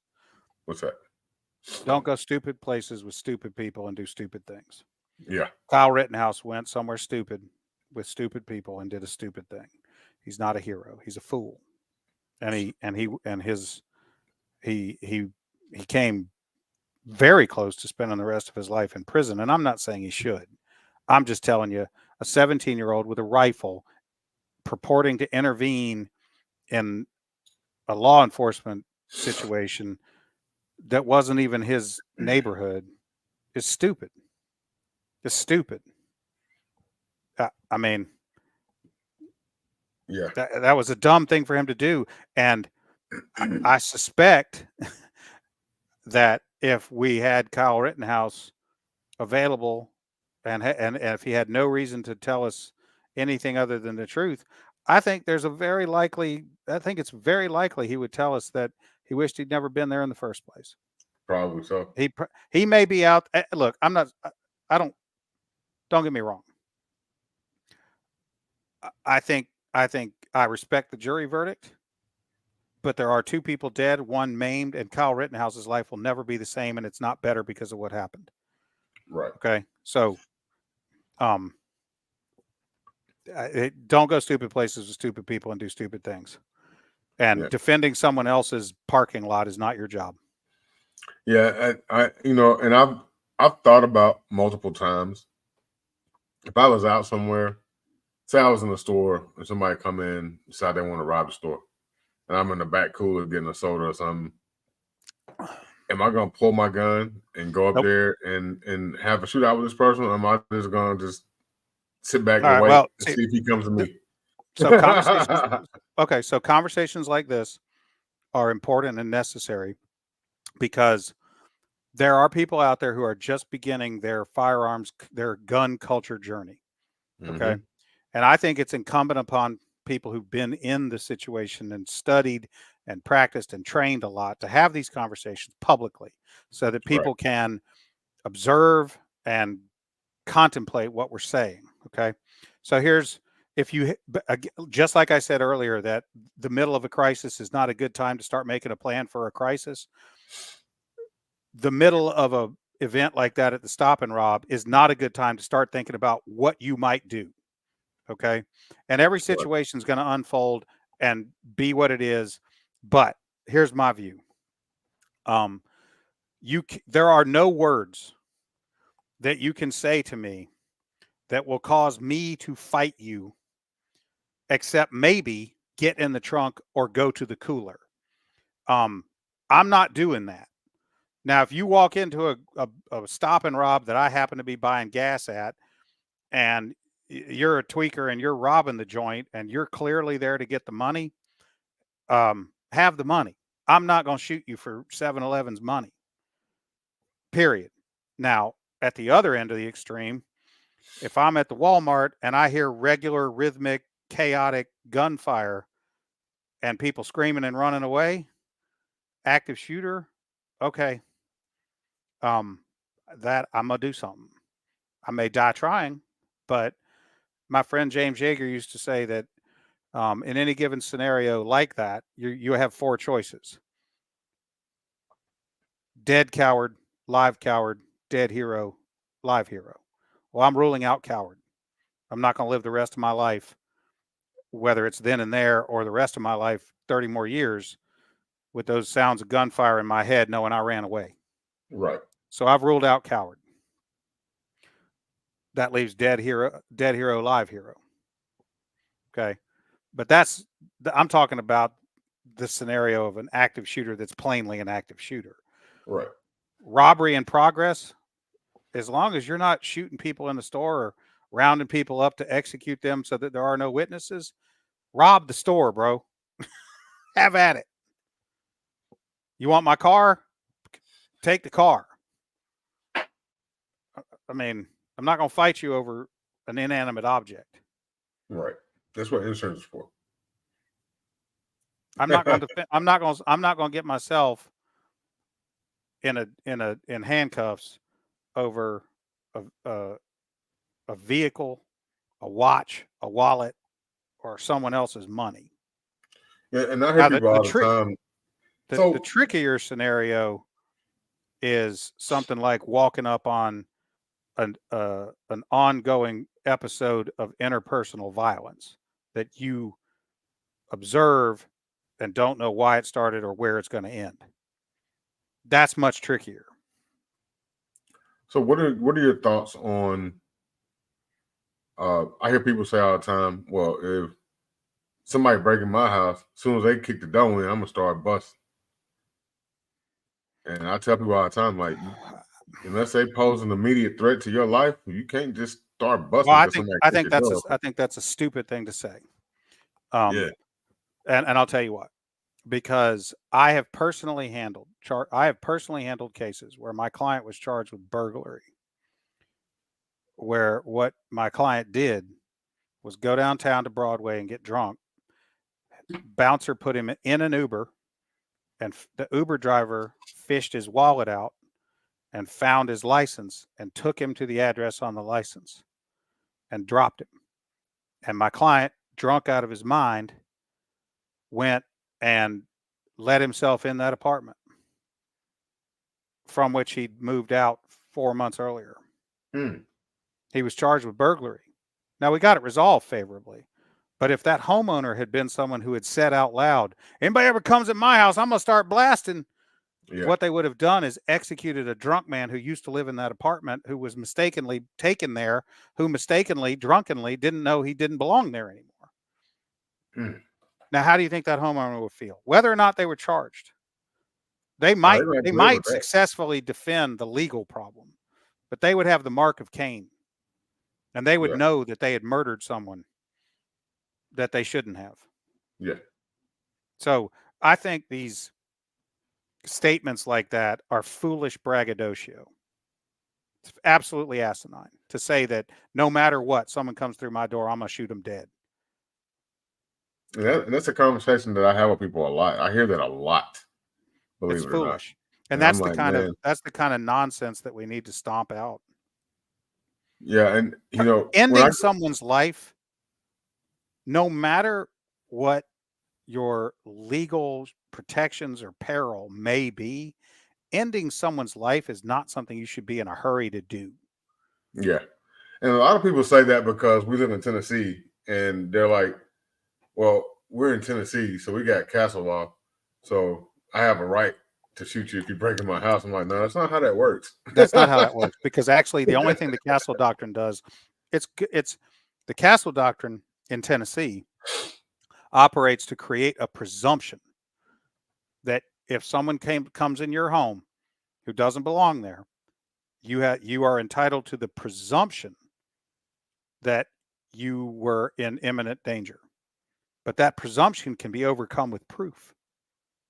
So it is not a get out of jail free card. It is definitely not a never have to go to trial and defend yourself defense. It is a defense that a jury might resolve for you unfavorably.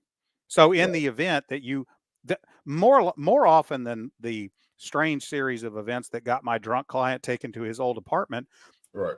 far more often than not, it's the drunk neighbor who does belong next door, or whose house, or way more often than a bona fide home invasion of an innocent home is an accidental drunken or some other non-threatening event that does not set up a scenario where someone needs to be shot.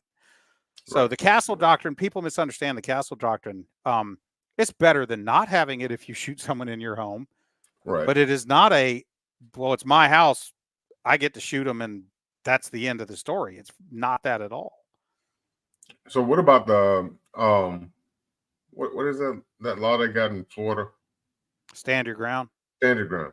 What do you think about stand your ground? Well, okay, great. All that means is that you don't have a duty to retreat.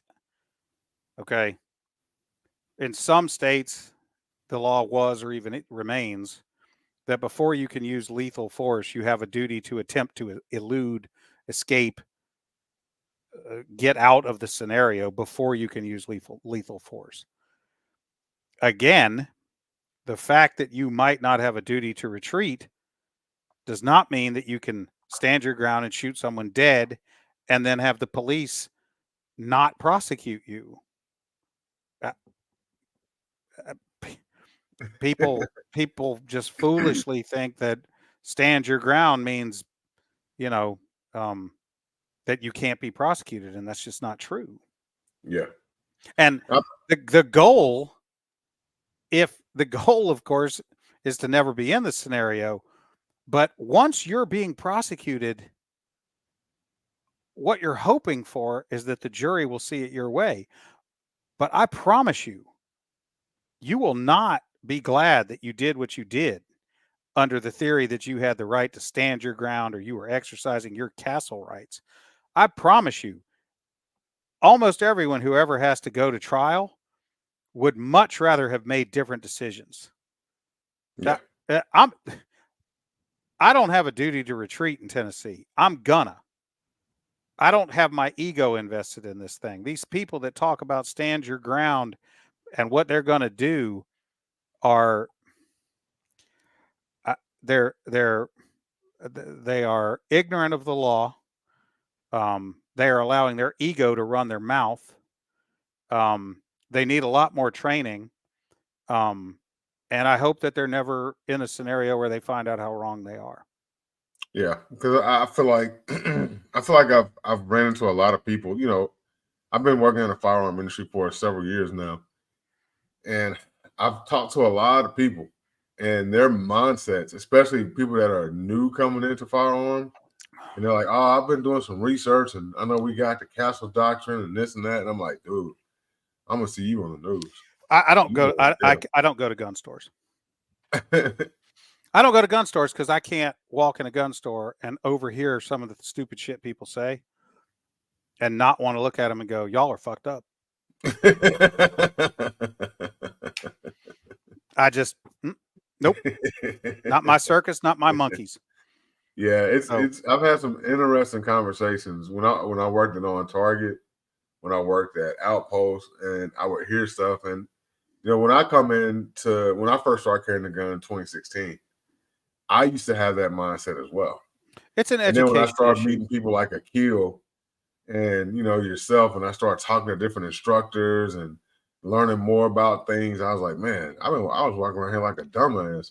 Well, it's okay. So I think that part of what explains it is that there's a tendency that when you are first exposed to the gun community, and I use that term intentionally, juxtaposed and differentiated from gun culture, read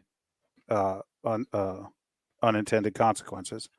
When you are first entering the gun community, there's a tendency to do a few things that turn out to be stupid. One is Google shit that you have no business trying to understand. Two is people try to purchase proficiency with gadgets. I mean, I've lost count of the number of people who go and buy a match grade barrel, they've got a 4 MOA flinch. It's like, you can't outshoot the mechanical accuracy of that Glock out of the box. That Glock is more accurate than you are now and will be for a long time. You did not need the match grade barrel. It didn't help. Let's work on your trigger press and your sight picture and your recoil management and your reset and all that. Okay, that'll make you better. That match grade barrel didn't do it. But people tend to try to purchase proficiency with gadgets and using money, and they also try to conceal fear with false courage. And so they've put themselves in a scenario where they're carrying a gun, and so they want to feel prepared. They want to feel ready, and they aren't. And intuitively, they know that. And so they say stupid egomaniac things like, "Oh, I'll stand my ground," and or if anybody ever comes to they say stupid shit like that. And eventually, hopefully, they linger and they find themselves in a classroom with an Akil instructing, or in a presentation where I'm giving a lecture from experience, or whatever. Somewhere they cross over into the gun culture. Right. And the gun culture, if you say some stupid shit like that in front of me, I'm going to ask you some questions, and I'm going to try to engage you in a way that hopefully the light bulb goes on. Right. I'm not going to, unless you leave me no choice, I'm not going to embarrass you. I'm going to try. I'm going to try to say to you, hey, hold on. Let's explore that a little bit. I'm going to give you the benefit of $450 an hour for your own sake. Damn it. That's a hell of a feeder, sir. 30 years.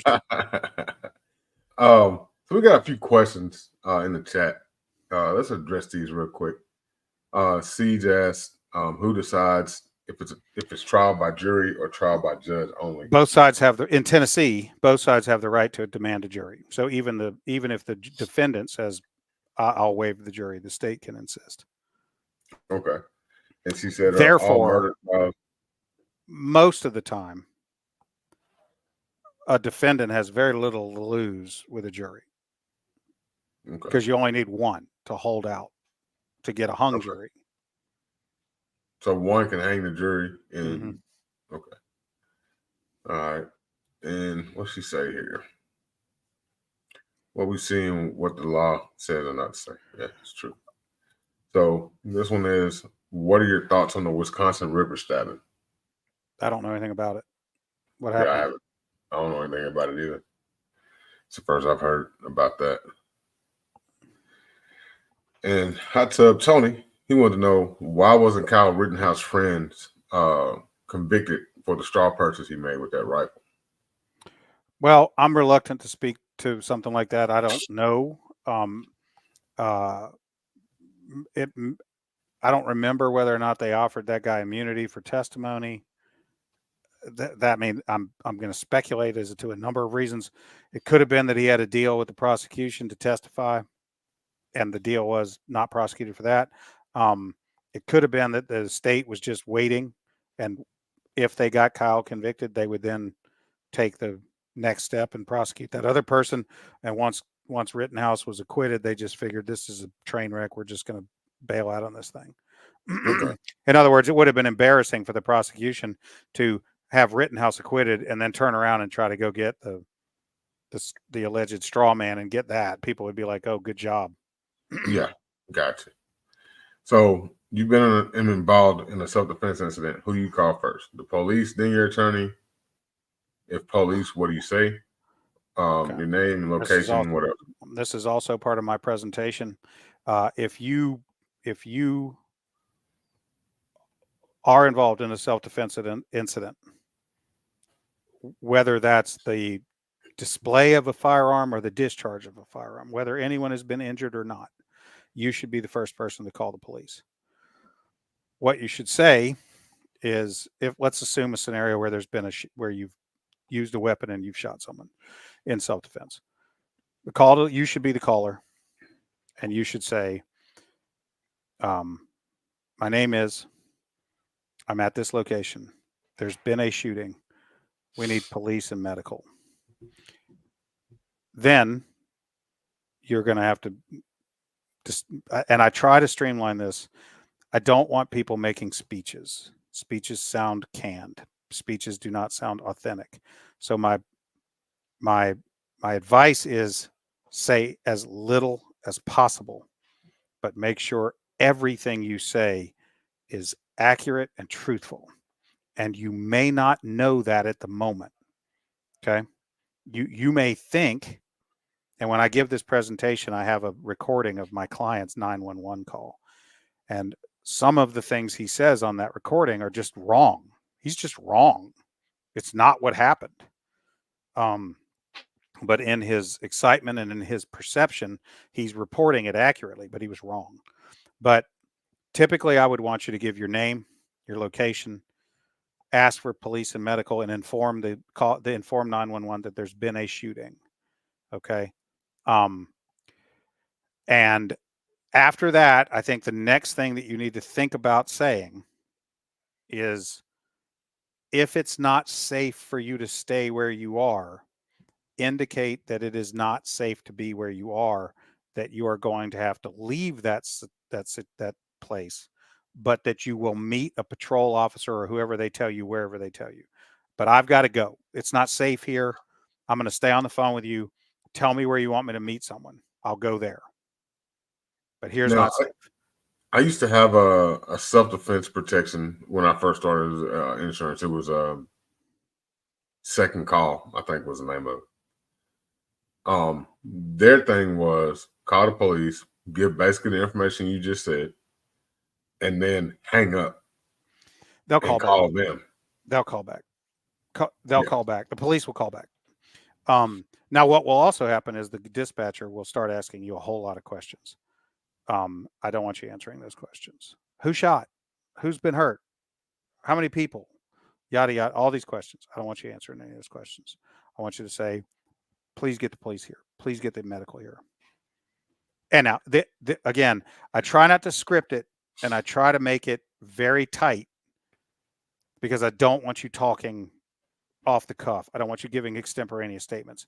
If, however, someone who was involved in the thing is fleeing the scene, it might be worth saying that. Hey, there's a guy in a white hoodie getting in a red Toyota. He was here. He was involved. He's leaving. He's going towards the interstate. Okay. Something like that. Right. I do not want you talking about, man, dude rolled up on me and said some bullshit. And then I said, yeah, no, I don't want any of that. Your name, your location, there's been a shooting, police and medical. I have to leave. It's not safe here. Tell me where you want me to go. If there is some person or evidence that's leaving or being manipulated or whatever, you might say, hey, there was a dude in a white hoodie getting in a red Toyota and he left, and he was part of this thing. You probably need to go be looking for him too.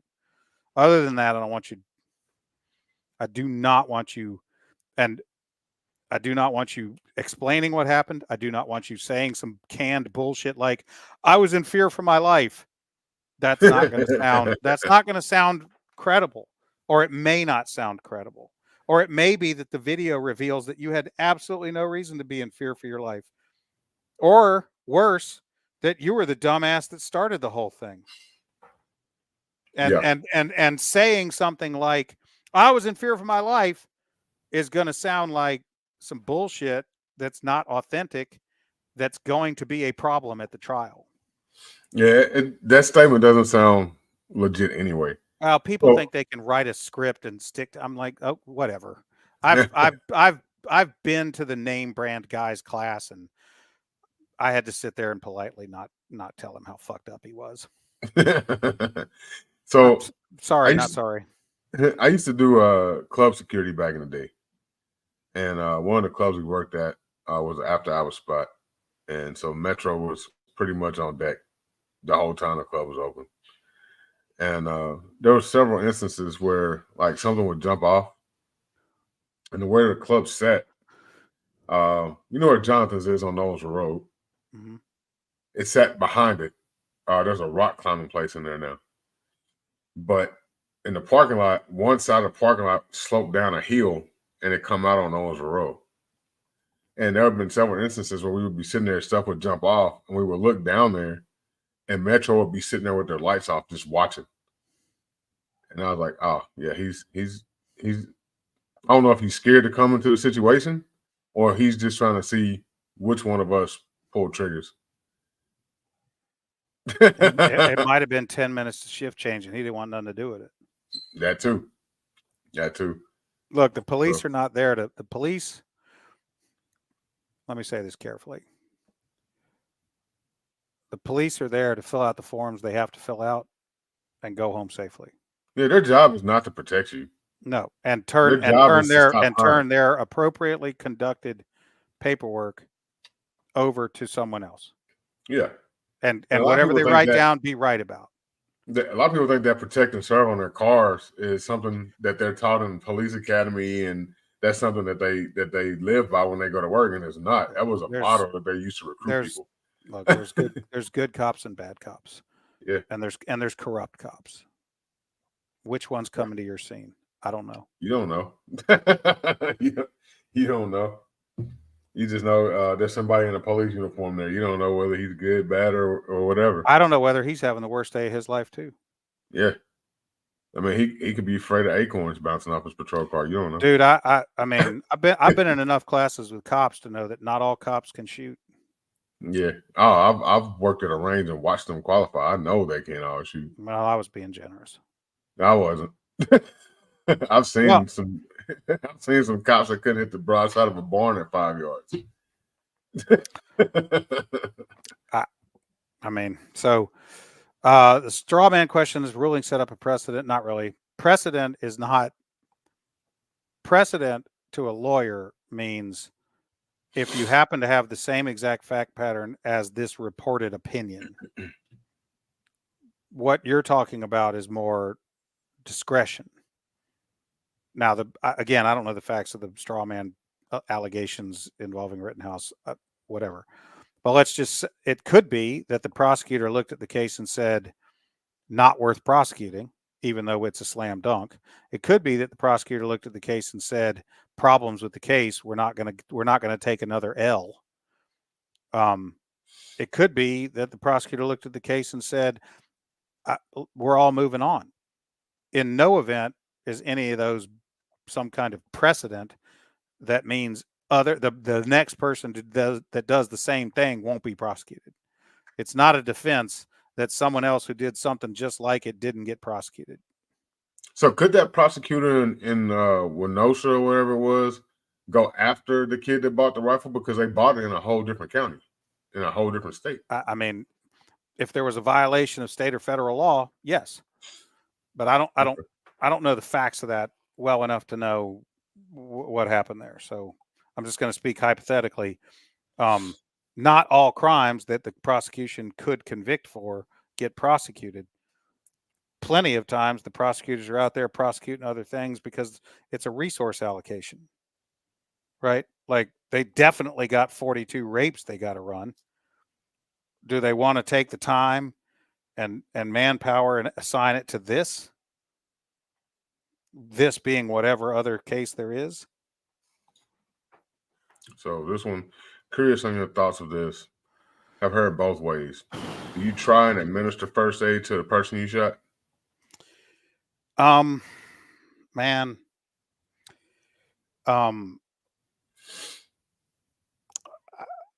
Okay, let's talk about it let's talk about it pragmatically first, because I think there's a pragmatic element and I think there's a moral element, and I think there's a legal question. Okay. The pragmatic element is, well, certainly not unless the scene is secure, right? Like, if there's any chance that there's going to be more shooting or violence, no. Okay.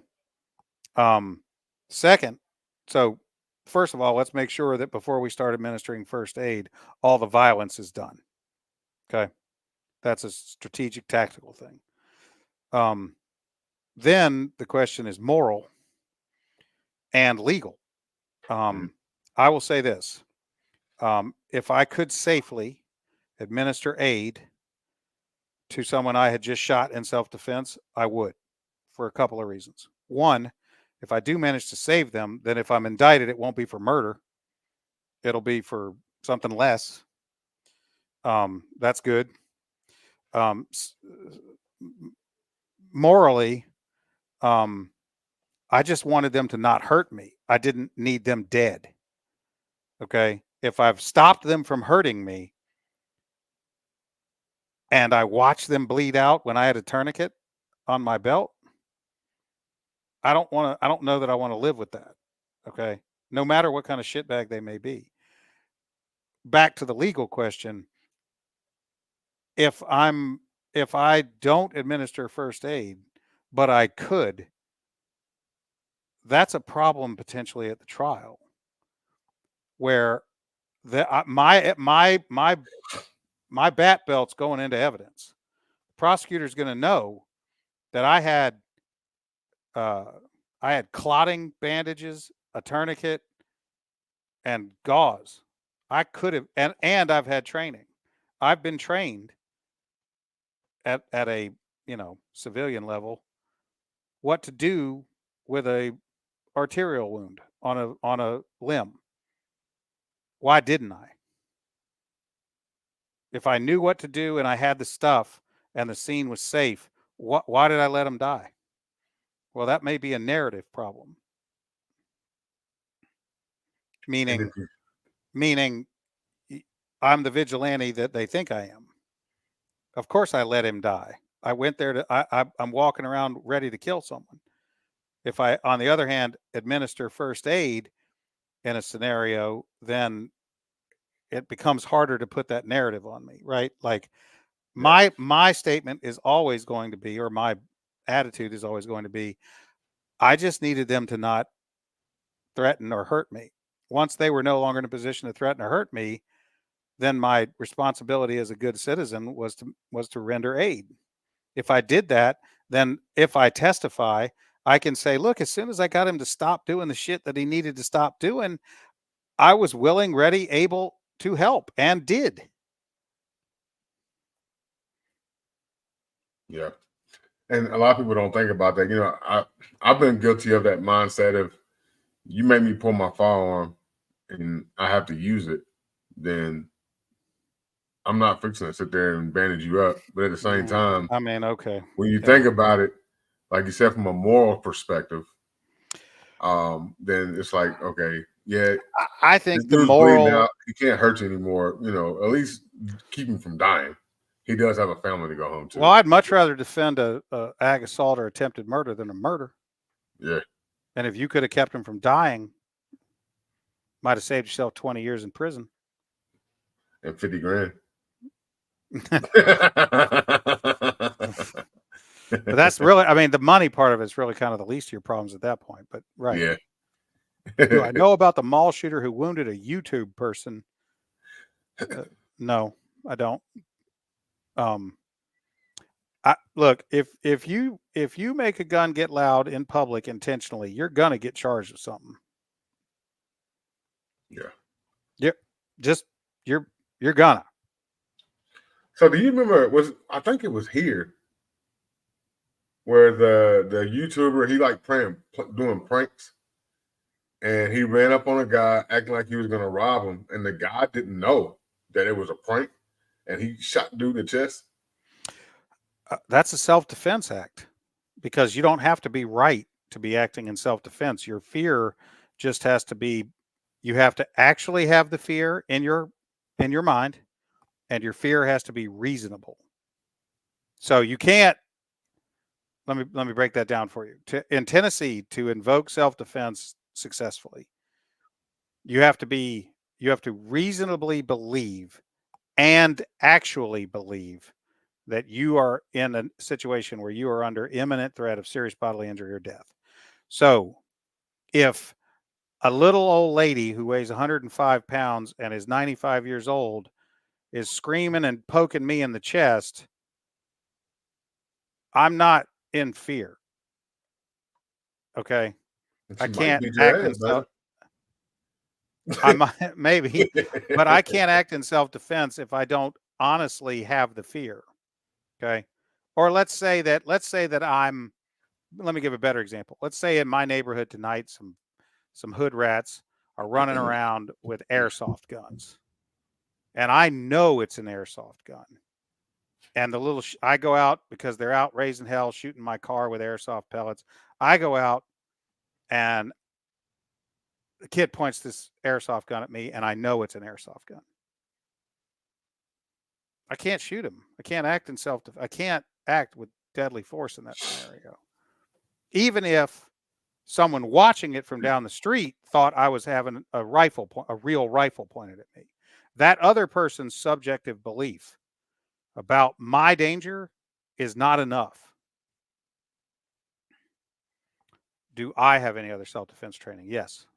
I'm a purple belt in jiu-jitsu. I'm a lifelong grappler. And I've trained with a lot of name brand trainers, including empty hand stuff with, among others, Craig Douglas, South Narc. Okay. He said, just don't defend yourself in Davidson and Shelby County. That's Memphis and Nashville, baby. You will be tried in the county, in all likelihood. You will be tried in the county where the crime occurs, and that jury will be picked from that county. So do with that what you will. Tennessee Goddess said, "What's up, Dre? Hi, Dana. I'm the lady that had Hello Kitty with an AR on my car." There you go. I remember. That goes right back to that conversation we had. I think it's cute, and as far as stupid stickers go, it's not as bad as many. She said, "Well, damn, a purple belt. I respect that. She's a blue belt." You know, I think that I think the hardest belt to be in jiu-jitsu is the one you're wearing. What you talking about as far as like you personally? Between white, blue, purple, brown, black, the hardest belt to be is the one you are wearing. Yeah. Now, I guess I would say that probably the hardest belt to get in jiu-jitsu is white, because you have to show up and ask for it, and that's a leap that 99.9% of the public will never make. So I think once you've put on the white belt and put on the gi and started training, you have done the hardest thing there is. So she said it's not on her anymore. She took that sticker off. Good girl. So Williams told me I need a line of shirts that are safe to wear. Yeah, because my merch is it's not really that bad. Just like, look, man, I ain't trying to jam people's merch up. And if you're at the range or hanging around a cool guy 2A event, okay, fine. If you're just out at Home Depot,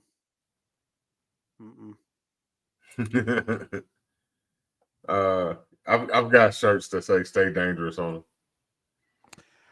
them. Look, I'm giving advice for the worst day of your life, which is probably never going to happen.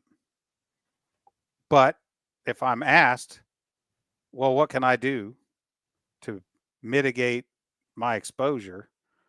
Well, the answer is what it is. Now, I could also tell you, well, look, the chances that you're ever going to need to get a gun out and do anything with it in public are pretty remote anyway, as long as you don't go stupid places with stupid people and do stupid things.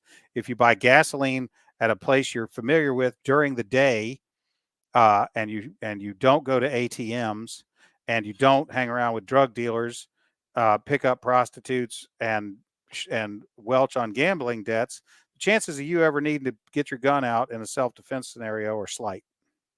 So basically, just don't go to Memphis. In certain parts of Nashville. Anytime somebody says to me, "Oh, well, I wouldn't go there without a gun," I'm like, "Well, then why would you go there ever?" Like, if Memphis, you think I would only go there if I had a gun, I'm just like, well, then don't go there at all. Yeah, whenever I go to Memphis, it depends on what side of Memphis I'm on. I'm always alert and aware, but I'm more alert and aware in certain areas of Memphis more than others. Just because I don't know Memphis well enough to tell you that. I will say this: if I was going to go to Memphis, I would get on the internet and I would try to find whether or not the Memphis Police Department has an incident map, and I would pull it up. If, for example, I was going to Memphis for a jiu-jitsu tournament and I could stay anywhere I wanted, I would do some research and I would try to find the places that had, robberies, rapes, murders, and shit like that, and not go there. It's the whole city, dude. Well, I know, but I'm saying in the event I had to go there are things you can do to mitigate your risk in advance if you just take the time. Yeah. I'll give you an example. I was at a mediation the other day, and it went until late. We didn't leave that mediation until 9:30 or 10 at night. And because I'm the guy I am, I was there at this mediation. The other lawyers on the other side of the case were two women. And I made sure that they got in their cars in the parking lot. And we're in downtown Franklin, which is incredibly safe. But even still, it's my responsibility as the man carrying a gun with the self-defense training and the mindset to make sure that these women get in their cars and are on their way home safely. Okay. So we all three get in our cars, and it turned out that these two women live in Nashville, and they were going north on Hillsborough Road back to Green Hills or wherever they live. One of them on the way put on her turn signal as if she was going to turn into this MAPCO, and I hit the brakes, and she bailed out of the turn, and I called her. I have her cell phone number. I called her. I said, "Hey, was that you? That was you just about turning that MAPCO?" And she was like, "Yeah, I was going to buy gas." I go, "Look, if you need gas, we'll go. I'll come back with you, and you can pump the gas, and then we'll go on our way. But don't be buying gas at night as a general rule." Right. She said, "I know. I'm going to get it tomorrow morning close to my house." I go, "Okay, fine. If you need it, we'll go back. But you can avoid these problems. You can reduce your risk if you just think." So Wiggins, he said, just don't leave Graceland. He clearly does not know Memphis because Graceland is right smack in the middle of one of the most dangerous hoods in Memphis, Blackhaven. The last time I was in Memphis, I was in Whitehaven, which is probably not the right name for that place. It's actually called Whitehaven, but everybody calls it Blackhaven. Well, okay. So you're okay. So we were my son's football team. We traveled down there to play an away game late in the playoffs, in football playoffs, and Whitehaven. The only white people I saw there were from Franklin, who we were the visitors. Not that white or black makes any damn difference, but it did. Let me put it this way: Whitehaven was not much like Franklin. How about that? No, definitely complete opposite. Yeah, it's complete opposite. Whitehaven is like that school that Michelle Pfeiffer worked at in Gangster. What is that movie? What was that movie called? Gangster's Paradise. Gangster's Paradise. Well, that's the song. I don't know if was that the title of the movie. I forgot the name of the movie, but yeah, that was like that's Whitehaven or Blackhaven. It was I'll say it was. Queen said, "Yep, it's an experience." LOL. It was. I would say it's gritty.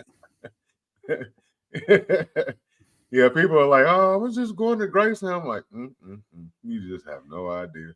Well, I like think the 5 point minutes from getting robbed. yeah, you just don't want to stumble into somewhere like that and not know, right? Like it's too late when you look around and go, "Oh, this looks sketchy." Yeah, yeah. It was sketchy before you got there, and you could have known. You should have not been there. It didn't I get think sketchy all of a sudden. Dangerous Minds. That's it. Oh, okay, That's yep. the name of that movie. The song was "Gangster's Paradise" by Coolio. Yeah, yeah. That poor guy. That man had a heart attack on his friend's toilet. So did Elvis, except it was his toilet. Yeah, but it was his toilet. Mm-hmm. He went and dropped the deuce at his friend's house and died. That's no way to go. But yeah, man, a lot of people sleep on like Tennessee as a whole in Nashville. They think Nashville is this city full of country bumpkin, tutus having, no shoe wearing hillbillies, and then they just don't realize like you go to Dickinson Road, Dodge City, J.C. Napier, University Court. All right, dude, dude, listen. I've been living in Nashville a long time. There are people paying $750,000 million for tall and skinnies in neighborhoods I wouldn't have gone to in the daylight back in the day. And you got people with money moving up into these neighborhoods now, and I'm like, did you drive around before you wrote that check? Did you like your house is beautiful, but like look like did you look see next door? Did you see the bars on the Stop and Rob? Yeah, because it's like you go to East Nashville and you'll see $1 million house, $1 million house, $1 million house projects, $1 million house, $1 million Dude, house. over there on Shelby Avenue, man. You can right. I mean, like just get off the interstate and go out Shelby Avenue into East Nashville and look. It's and whatever. When I drove Uber and Lyft, I dropped this couple off at this big ass house. It was like a $500,000-$600,000 house out there, right there by Charles Daly, Charles Henry Hale, whatever. The projects over there by the Titan Stadium. And so I dropped them off, and I was looking at the projects when we drove by, and we pulled up at the house. I turned around and looked, and I could still see the projects. She's like, "Yeah, I'll be glad when they tear those down." I'm like, "Those ain't going nowhere, lady." They're there. Yeah. You fucked up. You run a check for a house right across the street from the projects. They're not going nowhere. No. They've already tore down the other projects. Yeah. So they got to keep these. I tell people that, I mean, and I'm joking a little bit, but don't live within a walking distance of a place you can pawn your title to your car. Yeah. He said my nephew started Metro PD in October, and after talking to him, I don't go unless I have to. Look, anytime that there's that kind of concentration of humans, there's going to be people who are drug addicts, mentally ill, and professional predators. And mentally ill, drug addicts, professional predators go where the victims are. Yeah. I mean,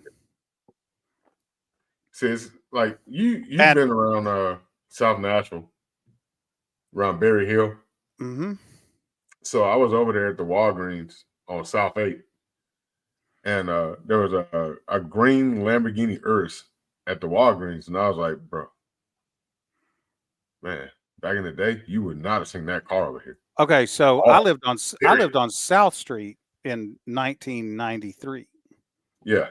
Right off of Music Row. It was I'm not gonna say it was the hood, but you could walk to the hood from there. Yeah. This is when I was in law school, and the night before I took the bar exam, my neighbor got shot in a robbery in the street, and I ended up saving his life. Wow. And we got the fuck out of there. Yeah, and it amazed me. Like people will those what you call the Airbnbs. All these damn bachelorette parties, straight up in the hood. Yeah, I'm like, y'all got Airbnb 10 is so loud cute. It's in such a y'all great got 10 neighborhood. loud drunk white girls that don't know shit about where they are, drawing attention to themselves. Come on now.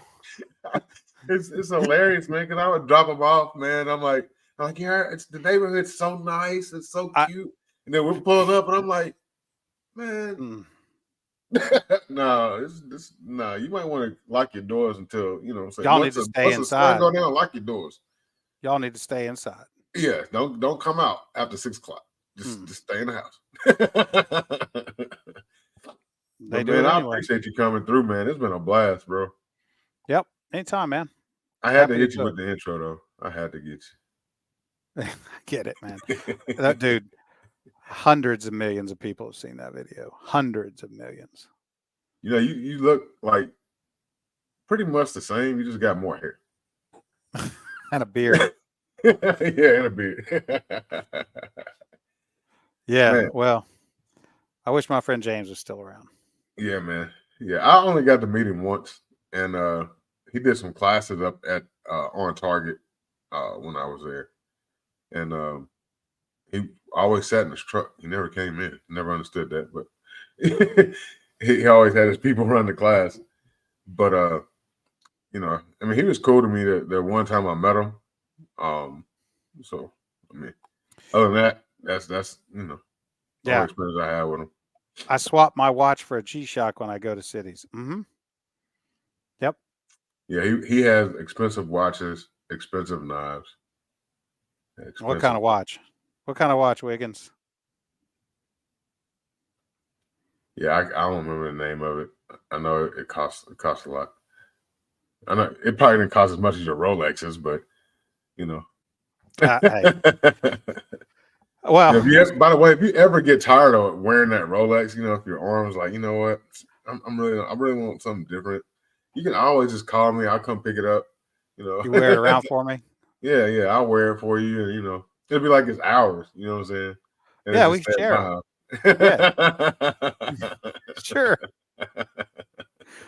You might be more likely to get my wife than my watch, but I don't want the wife. I already got one of those. But technically, she's not a wife, but she might as well be. Everybody keeps trying to get us married.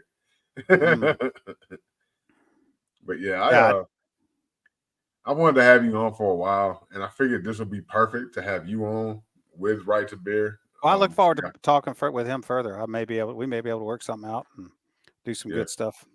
I'm all for that. Yeah, he's a good guy. I'll send you his information. That way y'all can link up and get in touch with each other and see if y'all can make something happen, man. It'd be dope to have you on the team. Limited Swiss watch called a Morgan 300. It's about $5,000, only 300 made. Nice. I like that. Damn. See, man, y'all rich people, man. He's the only person I know that owns an alien. Owns an alien? Yeah. He didn't get the cheap alien. He got the top. He's got the top tier alien. Okay. What's an alien? Big dog. What's an alien? Damn. You ain't never heard of the Lago alien? Oh, a what? Okay, hold on. I've got to pull this up. You got to see this. Is it a gun? Yeah, it's like a $7,000 gun. Oh, okay. Well, that explains why I don't know anything about it. I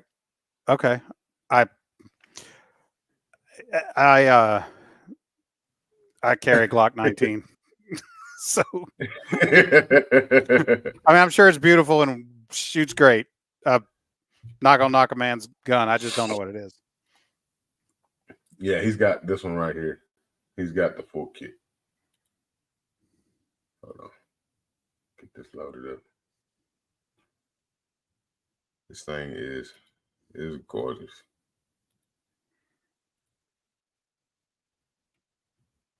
All my shits, you could Glock, Smith revolvers. Come on. There we go. There we go. That's the Lago alien. Okay. You see that MSRP? All right. Yeah. If it makes you happy. Good job on it. This shit. Dana's like, just give me a regular gun.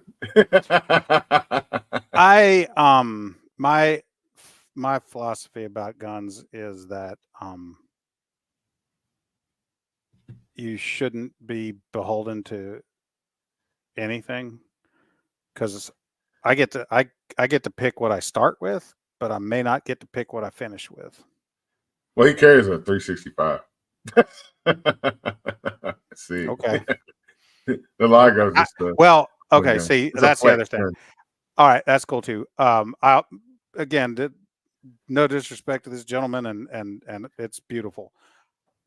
If I'm not willing to put 2,000 rounds through it today, I don't own it, and I don't have any guns that I wouldn't carry. So, and you could carry that, I guess, but I don't have any guns that are like my IDPA gun or my competition gun or my, people call them barbecue guns. I don't have anything like that. I got like a stack of Glock 17s and 19s, and my rifles are Bravo company and this shit like that. I don't get too worked up about that stuff. He's kind of like the Patrick Swayze type dude. Okay. Like, give me the old school stuff. I'm talking about you. Oh yeah. I want it simple. Yeah, give me a 870 and but I mean, I get it. I mean, now look, on my path, there was a time when I had $10,000 worth of fancy 1911s. Are you a 1911 guy? No, I was. No, I said you was a 1911 guy. Well, I think, okay, so I think gun guys, if you're a gun guy, eventually you need to own a 1911, whether you keep it or not. And I had Ed Brown, Nighthawk, Wilson Combat, blah blah blah, whatever. I just got to the point where I was like, this is silly. I prefer to carry a Glock. Why do I have these safe queens? So I got rid of them. Yeah, I've been going through cleaning out, weeding out some stuff myself. I got a few little safe queens, but I shoot my safe queens too. I think my safe queens are probably dirtier than my carry gun. Yeah. So I prefer. Have you taken fighting pistol at tactical response? No, I haven't. I've been wanting to, but I haven't. Okay. Well, I've heard that class right there. If you take that class, even if you run a Glock, you better bring a backup gun because that class will break your gun. Yes. So I've heard that from multiple people. That's why what I carry is a Glock 19. I think it may have a 5-pound trigger, factory, whatever. And it's got big dots. That's it. Yeah. Everybody because I want my Glock to be like my lawnmower. I just want to be able to yank it out, crank it up, run it, shove it back where it started. I don't want to have to. I don't. So, but that alien is. I don't know a lot about guns. I know how to fight with guns, but I don't know much about whiz bang 4000s and that stuff. Yeah, because I mean, you're at a point in your life where you're like, I just want to carry my gun and be happy. Yeah, and I mean, yeah, well, so that's. You've had the art pieces. Now you. I did. I had a really super cool Nighthawk with a custom serial number that was cool. Does keeping track of your training classes help in a potential defense case? Absolutely, assuming that they're the right classes. Now that was a question I was going to ask you, he just triggered that. Yes. Can they use those classes against you in court? Well, they could try, but they could try. They might get somewhere if you had taken classes from or been affiliated with some lunatic, right? So pick your instructors carefully. If you're, I'm not going to name names, but we've all seen these little cults of, personality cults some instructor that all his minions think he's the only one that, whatever. And sometimes those people turn out to be lunatics. That's not one I would be like. I'd be selective about who I trained with. But yes, if you are taking classes from reputable, qualified instructors, they're not going to be able to use that against you, because if they did, I would just ask the detective that they put on the witness stand to testify against you. Well, where have you trained, sir? You go to a lot of classes? You take a lot of instruction? You ever teach classes? You ever take classes? Blah, blah, blah. And the answer is going to be, yeah, I take classes all the time. That's what we do. I'll be like, okay, thank you. So it's a good idea if you're going to carry a gun and potentially have to get involved in something with a gun to take a lot of classes to teach you how to do that. That's a good idea, right? Right. Yeah, I thought so. Yeah, and it makes sense, and I've gotten to where I'm trying to push people towards that. But a lot of people are so resistant to it. And it's mainly, and I hate to say this, it's people that look like me. Well, it's ego. That are resistant I don't know whether to they're it. well, I don't know if it's black, white, what, cultural or whatever. If it's not economic, it's ego. And the reason that people don't go train is because they know if they go train, their limitations and weaknesses will be exposed. And they don't want that. They would rather believe the hero narrative that they've concocted in their brain is going to somehow get them through the event. Okay. They know that. It's like that's why I said a minute ago that the hardest belt to get in jiu-jitsu is the white belt, because you have to show up and ask for it. Okay. Well, the minute you put on a white belt in jiu-jitsu, you are going to be humbled and humiliated. And I don't mean humiliated by somebody being mean to you. I mean, you're going to find out that you don't know shit, and that there are dangerous motherfuckers in the world who can choke you unconscious. And that's true even if they are 100 pounds lighter, 15 years older, and shorter. And like there are dangerous people in the world that you didn't know were dangerous. Yeah. And it's going to take you a long time to be able to manage someone like that. Okay. I'm friends with some of those. You come step to a legitimate purple brown belt who's reasonably athletic, and you've got no experience in this, you're going to find out. Okay. People intuitively know that when they come in a jiu-jitsu gym, like, I don't know shit. It doesn't take long to find out. You don't know shit, and you're going to lose a lot before you get better. People intuitively know that about gun stuff. They know if they come to a real class that there's a real good chance that their superhero story and their fantasy idea about how proficient they are is going to crumble. Now, that would be good for them, but the ego is a dangerous thing. People don't want to be, people would rather walk around foolishly and ignorantly believing that they are somehow superhero level, and they haven't done shit to earn that, than go and get the training and humble themselves and learn and realize. Here's the analogy I give. If I told you today, Dre, do you play golf? No. Okay. If I told you today, hey, Dre, April 27th, 2025, you got to go play 18 holes at a legitimate golf course, and you got to shoot a par, or we're going to hang you on the 18th green, what would you do? Shit, I'm going to stay my ass at home. No, I'm saying you have to do this. I have to do this? You have to play this game of golf in 1 year. And if you're not a par golfer on that day, we're going to hang you. What are you going to do about that? If I got a year, I'm just going to go shoot some golf and get better. I suspect what you're going to do is go hire a competent trainer first. Yeah. You're probably going to hear me out. Here's what I think you would do. Here's what I would recommend that you do. Do you own any golf clubs? No. All right, we're going to start with getting you the right set of golf clubs. So who are we going to ask? We're going to go to a golf club store, and we're going to find a competent instructor, golf club salesman, and say, hey, man, I've never played golf, but I'm going to try to play golf. What do I need? And we would listen to that person, and they would say, let's check you out and let's see what the deal is. And then they would find you the right club for you. And they would go, here's the clubs that you need. And you would buy those clubs, right? And then hopefully you would go find a competent instructor. and you would pay that instructor to spend time with you to teach you how to play golf, right? Yeah. And you would probably do that as often as you could afford it, probably, right? Yeah. And in between paying that instructor, you would probably go to the driving range and practice what that person taught you, right? Yeah. Like I said, I'm gonna go shoot some golf. That's right. But the important key here, for the purposes of this illustration, is you're going to pay someone to Yeah. teach you what you don't know. I'm gonna tell you my most humbling experience with a gun. When I first started carrying, I've been carrying for about a year when I met a kill. Because I met a kill in 2017.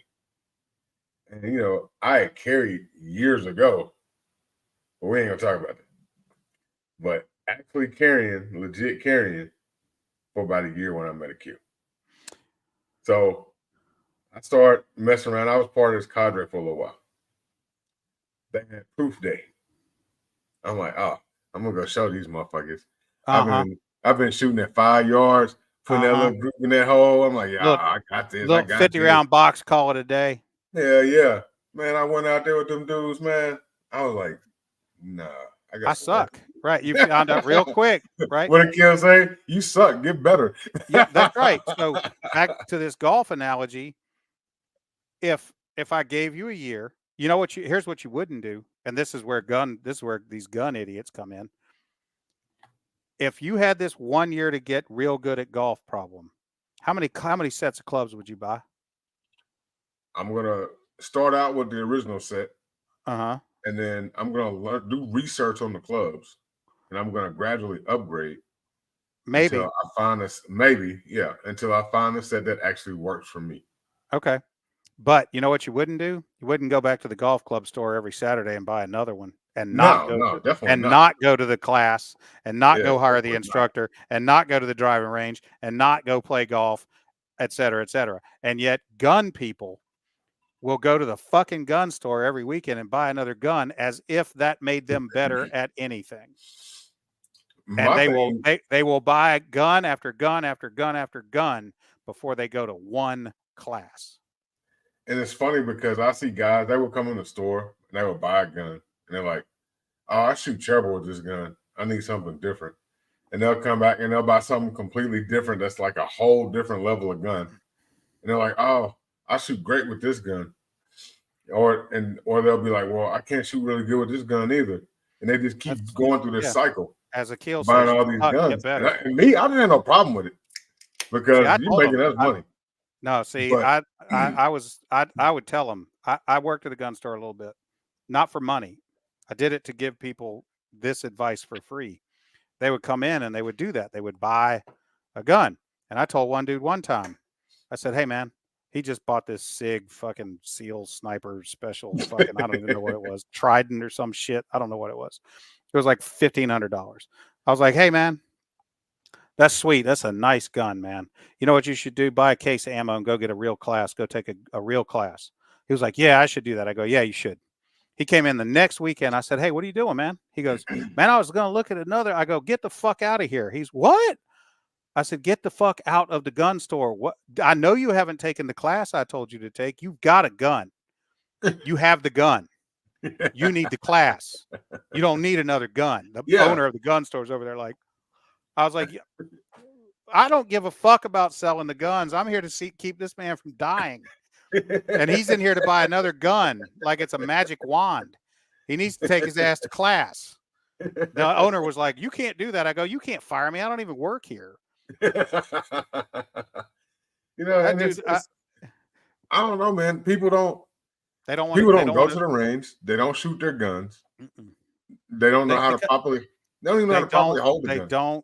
They don't want their ego bruised by going to that class and finding out they're not as good as they think they are. And they also want to live in a fantasy land where I bought the gun, now I'm safe. Yeah. Right? They've solved the violence problem by buying the magic wand. They don't really want to think about the world as it exists. They want to think about the world where I have a gun, therefore all problems are solved. Right. And that I respect the new shooter that will come in and say, hey, I want to take a class to learn how to handle a firearm before I make that purchase. And so me, myself, my 100%. thought process is, why don't you purchase a firearm and use that firearm in your class so you get comfortable with it and learn the one you're going to be using? I tell people, and I'm simple, right? I'm like, look, 99% of people can learn to shoot a Glock 19 very proficiently. Yeah. Why are we trying to put $1,500 guns, or why are we trying to? This is my biggest pet peeve. These fucking motherfuckers that want to put a J frame in a woman's hands. Yeah. I'm like, a revolver or a little bitty tiny gun. I'm like, man, stop. Yeah. She's gonna hate that gun. She's never gonna shoot it, and it's a gun for an expert. Yeah. A J frame is a gun for an expert, or a person who has to absolutely have maximum concealability at the expense of all other factors. But I just cringe. That's why I can't go to gun stores. I cannot stand at a counter while some dumbass is trying to pawn a J frame off on a woman who's never shot a handgun. A lot of men do that to their wives and girlfriends. I hate that, dude. And mothers. When I was behind the counter at the gun store and a dude would come in and be like that, I'd be like, hey man, why don't you go look at some other shit over there? Let me do this. Yeah. And you know what they would pick every time? A shield. Yeah. When I got them to manipulate the guns and understand, and they were like, oh, this feels a lot better. I'm like, well, wait till you shoot it. Yeah. Because if I'd let you go shoot that fucking 38, you'd have been like, I don't ever want to do that again. Yeah. I've seen so many women, their husbands or be like, let me get them this little bitty Taurus PT 8, what is it, the PT 380 or whatever that little bitty ass 380 is. And they go out there and fire around, and they're like, where I teach, we won't let you stand next to anyone that you share or swap DNA with. When we teach you to fight with a pistol, if you're there with your girlfriend or wife, you're going to be at opposite ends. Yeah, because I don't need that dude looking at her going, baby, I told you how to do it. You know, like, dude, you suck. You suck. Go down there and get better. Yeah. You fucked her up. We're trying to unfuck her, and you're not nearly as good as you think you are. Go down there. I'm sorry. Now I'm ranting, but that's okay. You can turn me off anytime you want. Wiggins said he hates date night at the range. Well, I don't go to public ranges either. Yeah. When I say public range, I mean anywhere any asshole off the street can show up with $20 and get on it. So Seed says take Brazilian Jiu-Jitsu for a month. They'll take care of that whole ego thing. You're going to leave that at the door. There's only two reactions that people have when they come into jiu-jitsu and they get a loaner gi and they put on a gi and they get on the mat and they get to do a little bit of stuff. In a good jiu-jitsu gym, they're not going to get bullied, or they're not going to turn the blue belts loose on them and let them crush them. They're not going to do that. But the response, there's really only two responses to the first time that you are really exposed to what jiu-jitsu is. Either you're like, this is fucking amazing. I want to know everything there is to know about this. How do I sign up? How often can I come? And this is going to be hard. But that's one reaction. The other reaction is, I'll never come back. And that's one of two reasons. Either they're like, I hate it. I didn't want to be sweated on. I don't like rolling around on the floor with dudes, whatever. Or commonly, I thought I was a lot tougher, stronger, better at this because I played linebacker in high school and I just got fucking torched. And now my ego's hurt and I can't come back and have that happen again. So I'm not coming back. So that's what happens. Is a lot of times it's a dude who shows up who was, like all county linebacker 10 years ago. And now he's 40 pounds heavier and still thinks he's some hero jock. And he gets in there and some 50-year-old accountant fucking twists him in half. And he's like, oh, my knee back in high school and shit. And you never see him again because they can't take the idea. And when I was I could tell when it was one of them because they'd come in and they'd see me and I'm 56 and they'd be like, and they'd look at my belt and they'd be like, I'm going to sling this old purple belt around, show them what's up. No, the fuck you are not. No, you're not. Bet you're not. No, you know. I learned when I was 18 that old heads have something that I didn't have at the time that I thought I had. That was experience. Hey, man, listen, be careful with an old man that's willing to fight you. Yeah. He's done that before. Yeah, we were in a parking lot brawl with these guys, and this guy's like, I'm gonna go over and shut this shit down. And my little cocky 18-year-old ass was like, shit, what the fuck's up? Come on, bring it. Man, he came over there, he caught me with this right hook. I was seeing stars, planets, moons, suns, everything, dude. I just grabbed him and held him. I was like, oh, hell no, he is not hitting me no damn more. Fuck that. Yeah. And so I learned at that moment, like, this dude, he was like 45. you go to a good jiu-jitsu gym and you're going to have a whole different understanding about what danger is in the world. Yeah. You didn't even know how many dangerous people are out there. I went into the jiu-jitsu gym I started at 14 years ago, and I looked around that room and I thought, what? I mean, there's some good athletes in here, and I respected the art because I wrestled and I'd seen UFC and stuff. So I understood that jiu-jitsu is real. I wasn't thinking it was some bullshit, but there were people in there that spider monkey motherfuckers, man. Like dudes that were like dudes that I was 50 pounds bigger than. Like, and I'm like, you're not a real big dude. Well, I'm 220. So like, but like, that's a good 220 mostly. But like, I'm not 6'3" or anything. I'm 5'11", 220. You know, I mean, I lift and everything, but there were dudes in there that were like, you know, like 150. And I'm like, come on, man. Like, I was a good high school wrestler. Next thing I know, spider monkey on my back. You know, I'm like, shit. I think I better figure this out. But you don't know how much danger what you don't know is. Like, you don't know what you don't know. Yeah. Yeah, there was a guy. She's over there screaming. I guess that means she's happy about it. I assume as a blue belt, she knows I'm right. There was a guy, he was a UFC fighter, apparently. And he had posted this video and it had this soft, like slow music playing in the background. And he's rolling this dude up. And the whole time he's rolling this dude up, he's literally making eye contact with the camera that they're using to record him. And he never takes his eyes off the camera, and he's rolling this dude up, and dude's over there in distress. You can see it. Oh, dude, I would be rolling. I would be rolling and realize that I've had my eyes closed for the last 5 minutes. Man, just be, you know, like, you know. Appreciate like, you, Ivan. So yeah, what's going on. That's my guy right there. So he's a little bitty dude, but he's scrappy. He used to box or whatever. Man,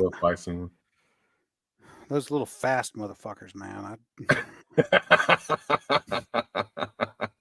Man, you know, you can be as fast as you want to. You can be as big as you want to. You can have 10 black belts if you want to. But there's always going to be somebody out there that can sweep your ass. And you better recognize that shit. Yeah, you are not the baddest man on the planet. Yeah. You know, Mike Tyson made the most true statement ever when he said everybody got a plan till they get punched in the mouth. Mm-hmm. There's so many people that walked in the ring with that man and was like, well, I ain't scared to do it. I'm going to bust him up. Joe Rogan said it not long ago. He's like, you have no idea. The average person thinks that they could, especially a man. Men foolishly become men and believe that by virtue of being born a man, they were naturally endowed with certain incredible abilities. Most men think that they fuck and fight a lot better than they do. Right. And they find out the hard way that they're not right. Verbal judo. He said he thinks more people should read verbal judo. Yeah. Take a class from Craig Douglas. Take ECQC.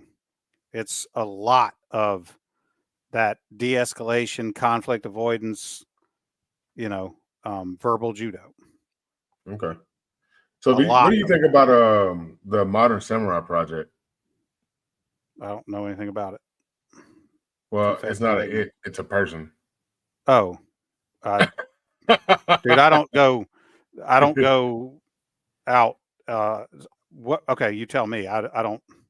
He's an instructor, and he's supposed to be like one of the best out there. Okay. But I have the not way had he the pleasure trains is like he trains more like what's his name or his to handle Modern Samurai Project. Okay. Don't know. No he has a disrespect. partnership with he has a partnership with Tier 1 Concealment, the holster company. They have a holster called the MSP. That's a collaboration with him. Okay. But he's an instructor. He does like red dot classes and stuff like that. But he trains you. The way he trains is like he doesn't get all tactical and shit. You know what I'm saying? He trains. When he teaches his class, he's wearing what he would normally wear on the streets. He basically teaches you how to run your gun and what you normally would wear. Whenever someone asks me, what to take or whatever, I'm like, look, if you haven't taken fighting pistol, you should take fighting pistol. She said he's a purple or brown belt in BJJ. Okay. And then you should train the way you will fight. And I see people all the time show up for a basic pistol class and they're kitted up in some drop leg holster and 14 magazines on their speed loader belt and all this bullshit. And I'm like, is that how you go to fucking Home Depot? Well, no. I'm like, well, why are you like, if you're only going to take one class this year, why don't you take it the way you walk around the rest of the year? I think that's why I've never bought kit and bought all that stuff, because I know in reality I'm not going to be wearing that when I go out. Well, I mean, I have that stuff, but yeah,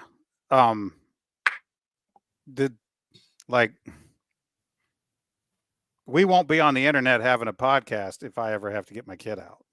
Yeah, right. You know what I mean? Like, there probably won't be no more internet. No. Or it'll be under the control of the Chinese or something. I mean, you should train the way you fight. Right. You should train the way that you will arrive at the fight that you didn't know you were going to. Right. How about that? And you're going to arrive at the fight wearing probably a t-shirt, some shorts, and a Glock 19 or something. Fixed blade knife, Glock 19, flashlight, tourniquet. Yeah. So speaking of tourniquets, I'm going to be having a class at my church August the 10th. Mm-hmm. It's going to be taught by the guys over at Whiteside Tactical. Okay. And it's basically going to be stop the bleed on steroids. They actually have cadaver limbs that actually bleed. And you have to actually stop it from bleeding. Okay. Like a cadaver? Yeah. Well, not a cadaver, but like a limb. Simulated. Okay. Yeah. And you actually have to stop the bleed. It's not sexy and people don't want to do it, but if you could only take one class, you should take that, not the cool guy shoot 'em up stuff. Yeah. You should take, because what are the chances? Seriously, what is more likely for you to happen? What is more likely to happen in your real life? Are you more likely to get into a gunfight? Are you more likely to walk up on somebody bleeding that needs to not be bleeding? Right. Because that class can help you in scenarios, even like car accidents or amputation. Yeah, anything. A fucking deli slicer. I mean, yeah, it could be a lot of different things. Yeah, I mean, people, construction injuries. People have arterial bleeds in public way more often than there are gunfights. Yeah, way more often. And it would be and as to the people who will not be disabused of their hero narrative, okay, but if you win your gunfight, but you still have to watch your wife bleed out because you don't have a tourniquet and don't know how to use it, did you win? No, you really didn't. You didn't. Yeah, you really didn't. So like, and also in that class, he's going to be doing CPR certification. And people that are already CPR certified, he can also certify you to certify people. Oh, as a guy who's been dead from a heart attack, I recommend it. Yeah. So, well, you're welcome to come. Anybody who's interested that's in this area, tickets are $65. Hit me up. I'll send you the link where you can get a ticket. But yeah, it's going to be a great class. I think it's a well-needed class, especially in this area. They teach you. They also do the same class because this class involves you learning how to move people from and put them in a safe space so you can help save them. And they also do a live fire version of the class as well. So this one won't be live fire. Okay. But they do a live fire version. But yeah. Cool. Y'all got any more questions from a man before we get up out of here? We've been out here for almost 3 hours. Y'all got any questions for him? Anything? Better get it out now. He'll be back at some point, but go ahead and get out what you got on your mind right now. I'm mentally live when I submit a man. Seed says, thank you, Dana. Well, thank you for having me, Dre. I'll be happy to come back and do it any other time. All right, man. I appreciate you coming through. This is something I've been wanting to do for a while. Is to have somebody on who could talk to him and answer give Wiggins my contact information too. All right, we'll do. Queen said thank you. Ivan said great show. Glad to be here. But man, go ahead and give me your information. Let them know how they can get in touch with you if they need your legal services. Yeah. Sure. My phone number is 615-310-3195. 310-3195. Area code 615. That's my cell phone. It's the only phone I use. So if you text or call that, you're going to get me. Yeah, he's a great guy. Very knowledgeable, as you can see. And he can shoot his ass off. I've seen it. Work in progress. So all y'all bad guys out there, just know he can defend himself. So don't run up on him. Just know there's a pretty good chance I'm not going to be where you're at. Pretty good chance I'm going to be somewhere familiar that I've picked because of the scarcity of bad guys. Right. But y'all be good, man. Dana, hang on for a second when we close off. Okay. Y'all be good. And we're going to catch y'all on the next one, man. I got to get ready to go to Alabama so we can do some church. Got to get some Jesus in the mountain. But you got to go to Alabama to get Jesus? Well, the church is going to visit another church. Oh, okay. But y'all be blessed. Stay dangerous. We'll catch y'all next time.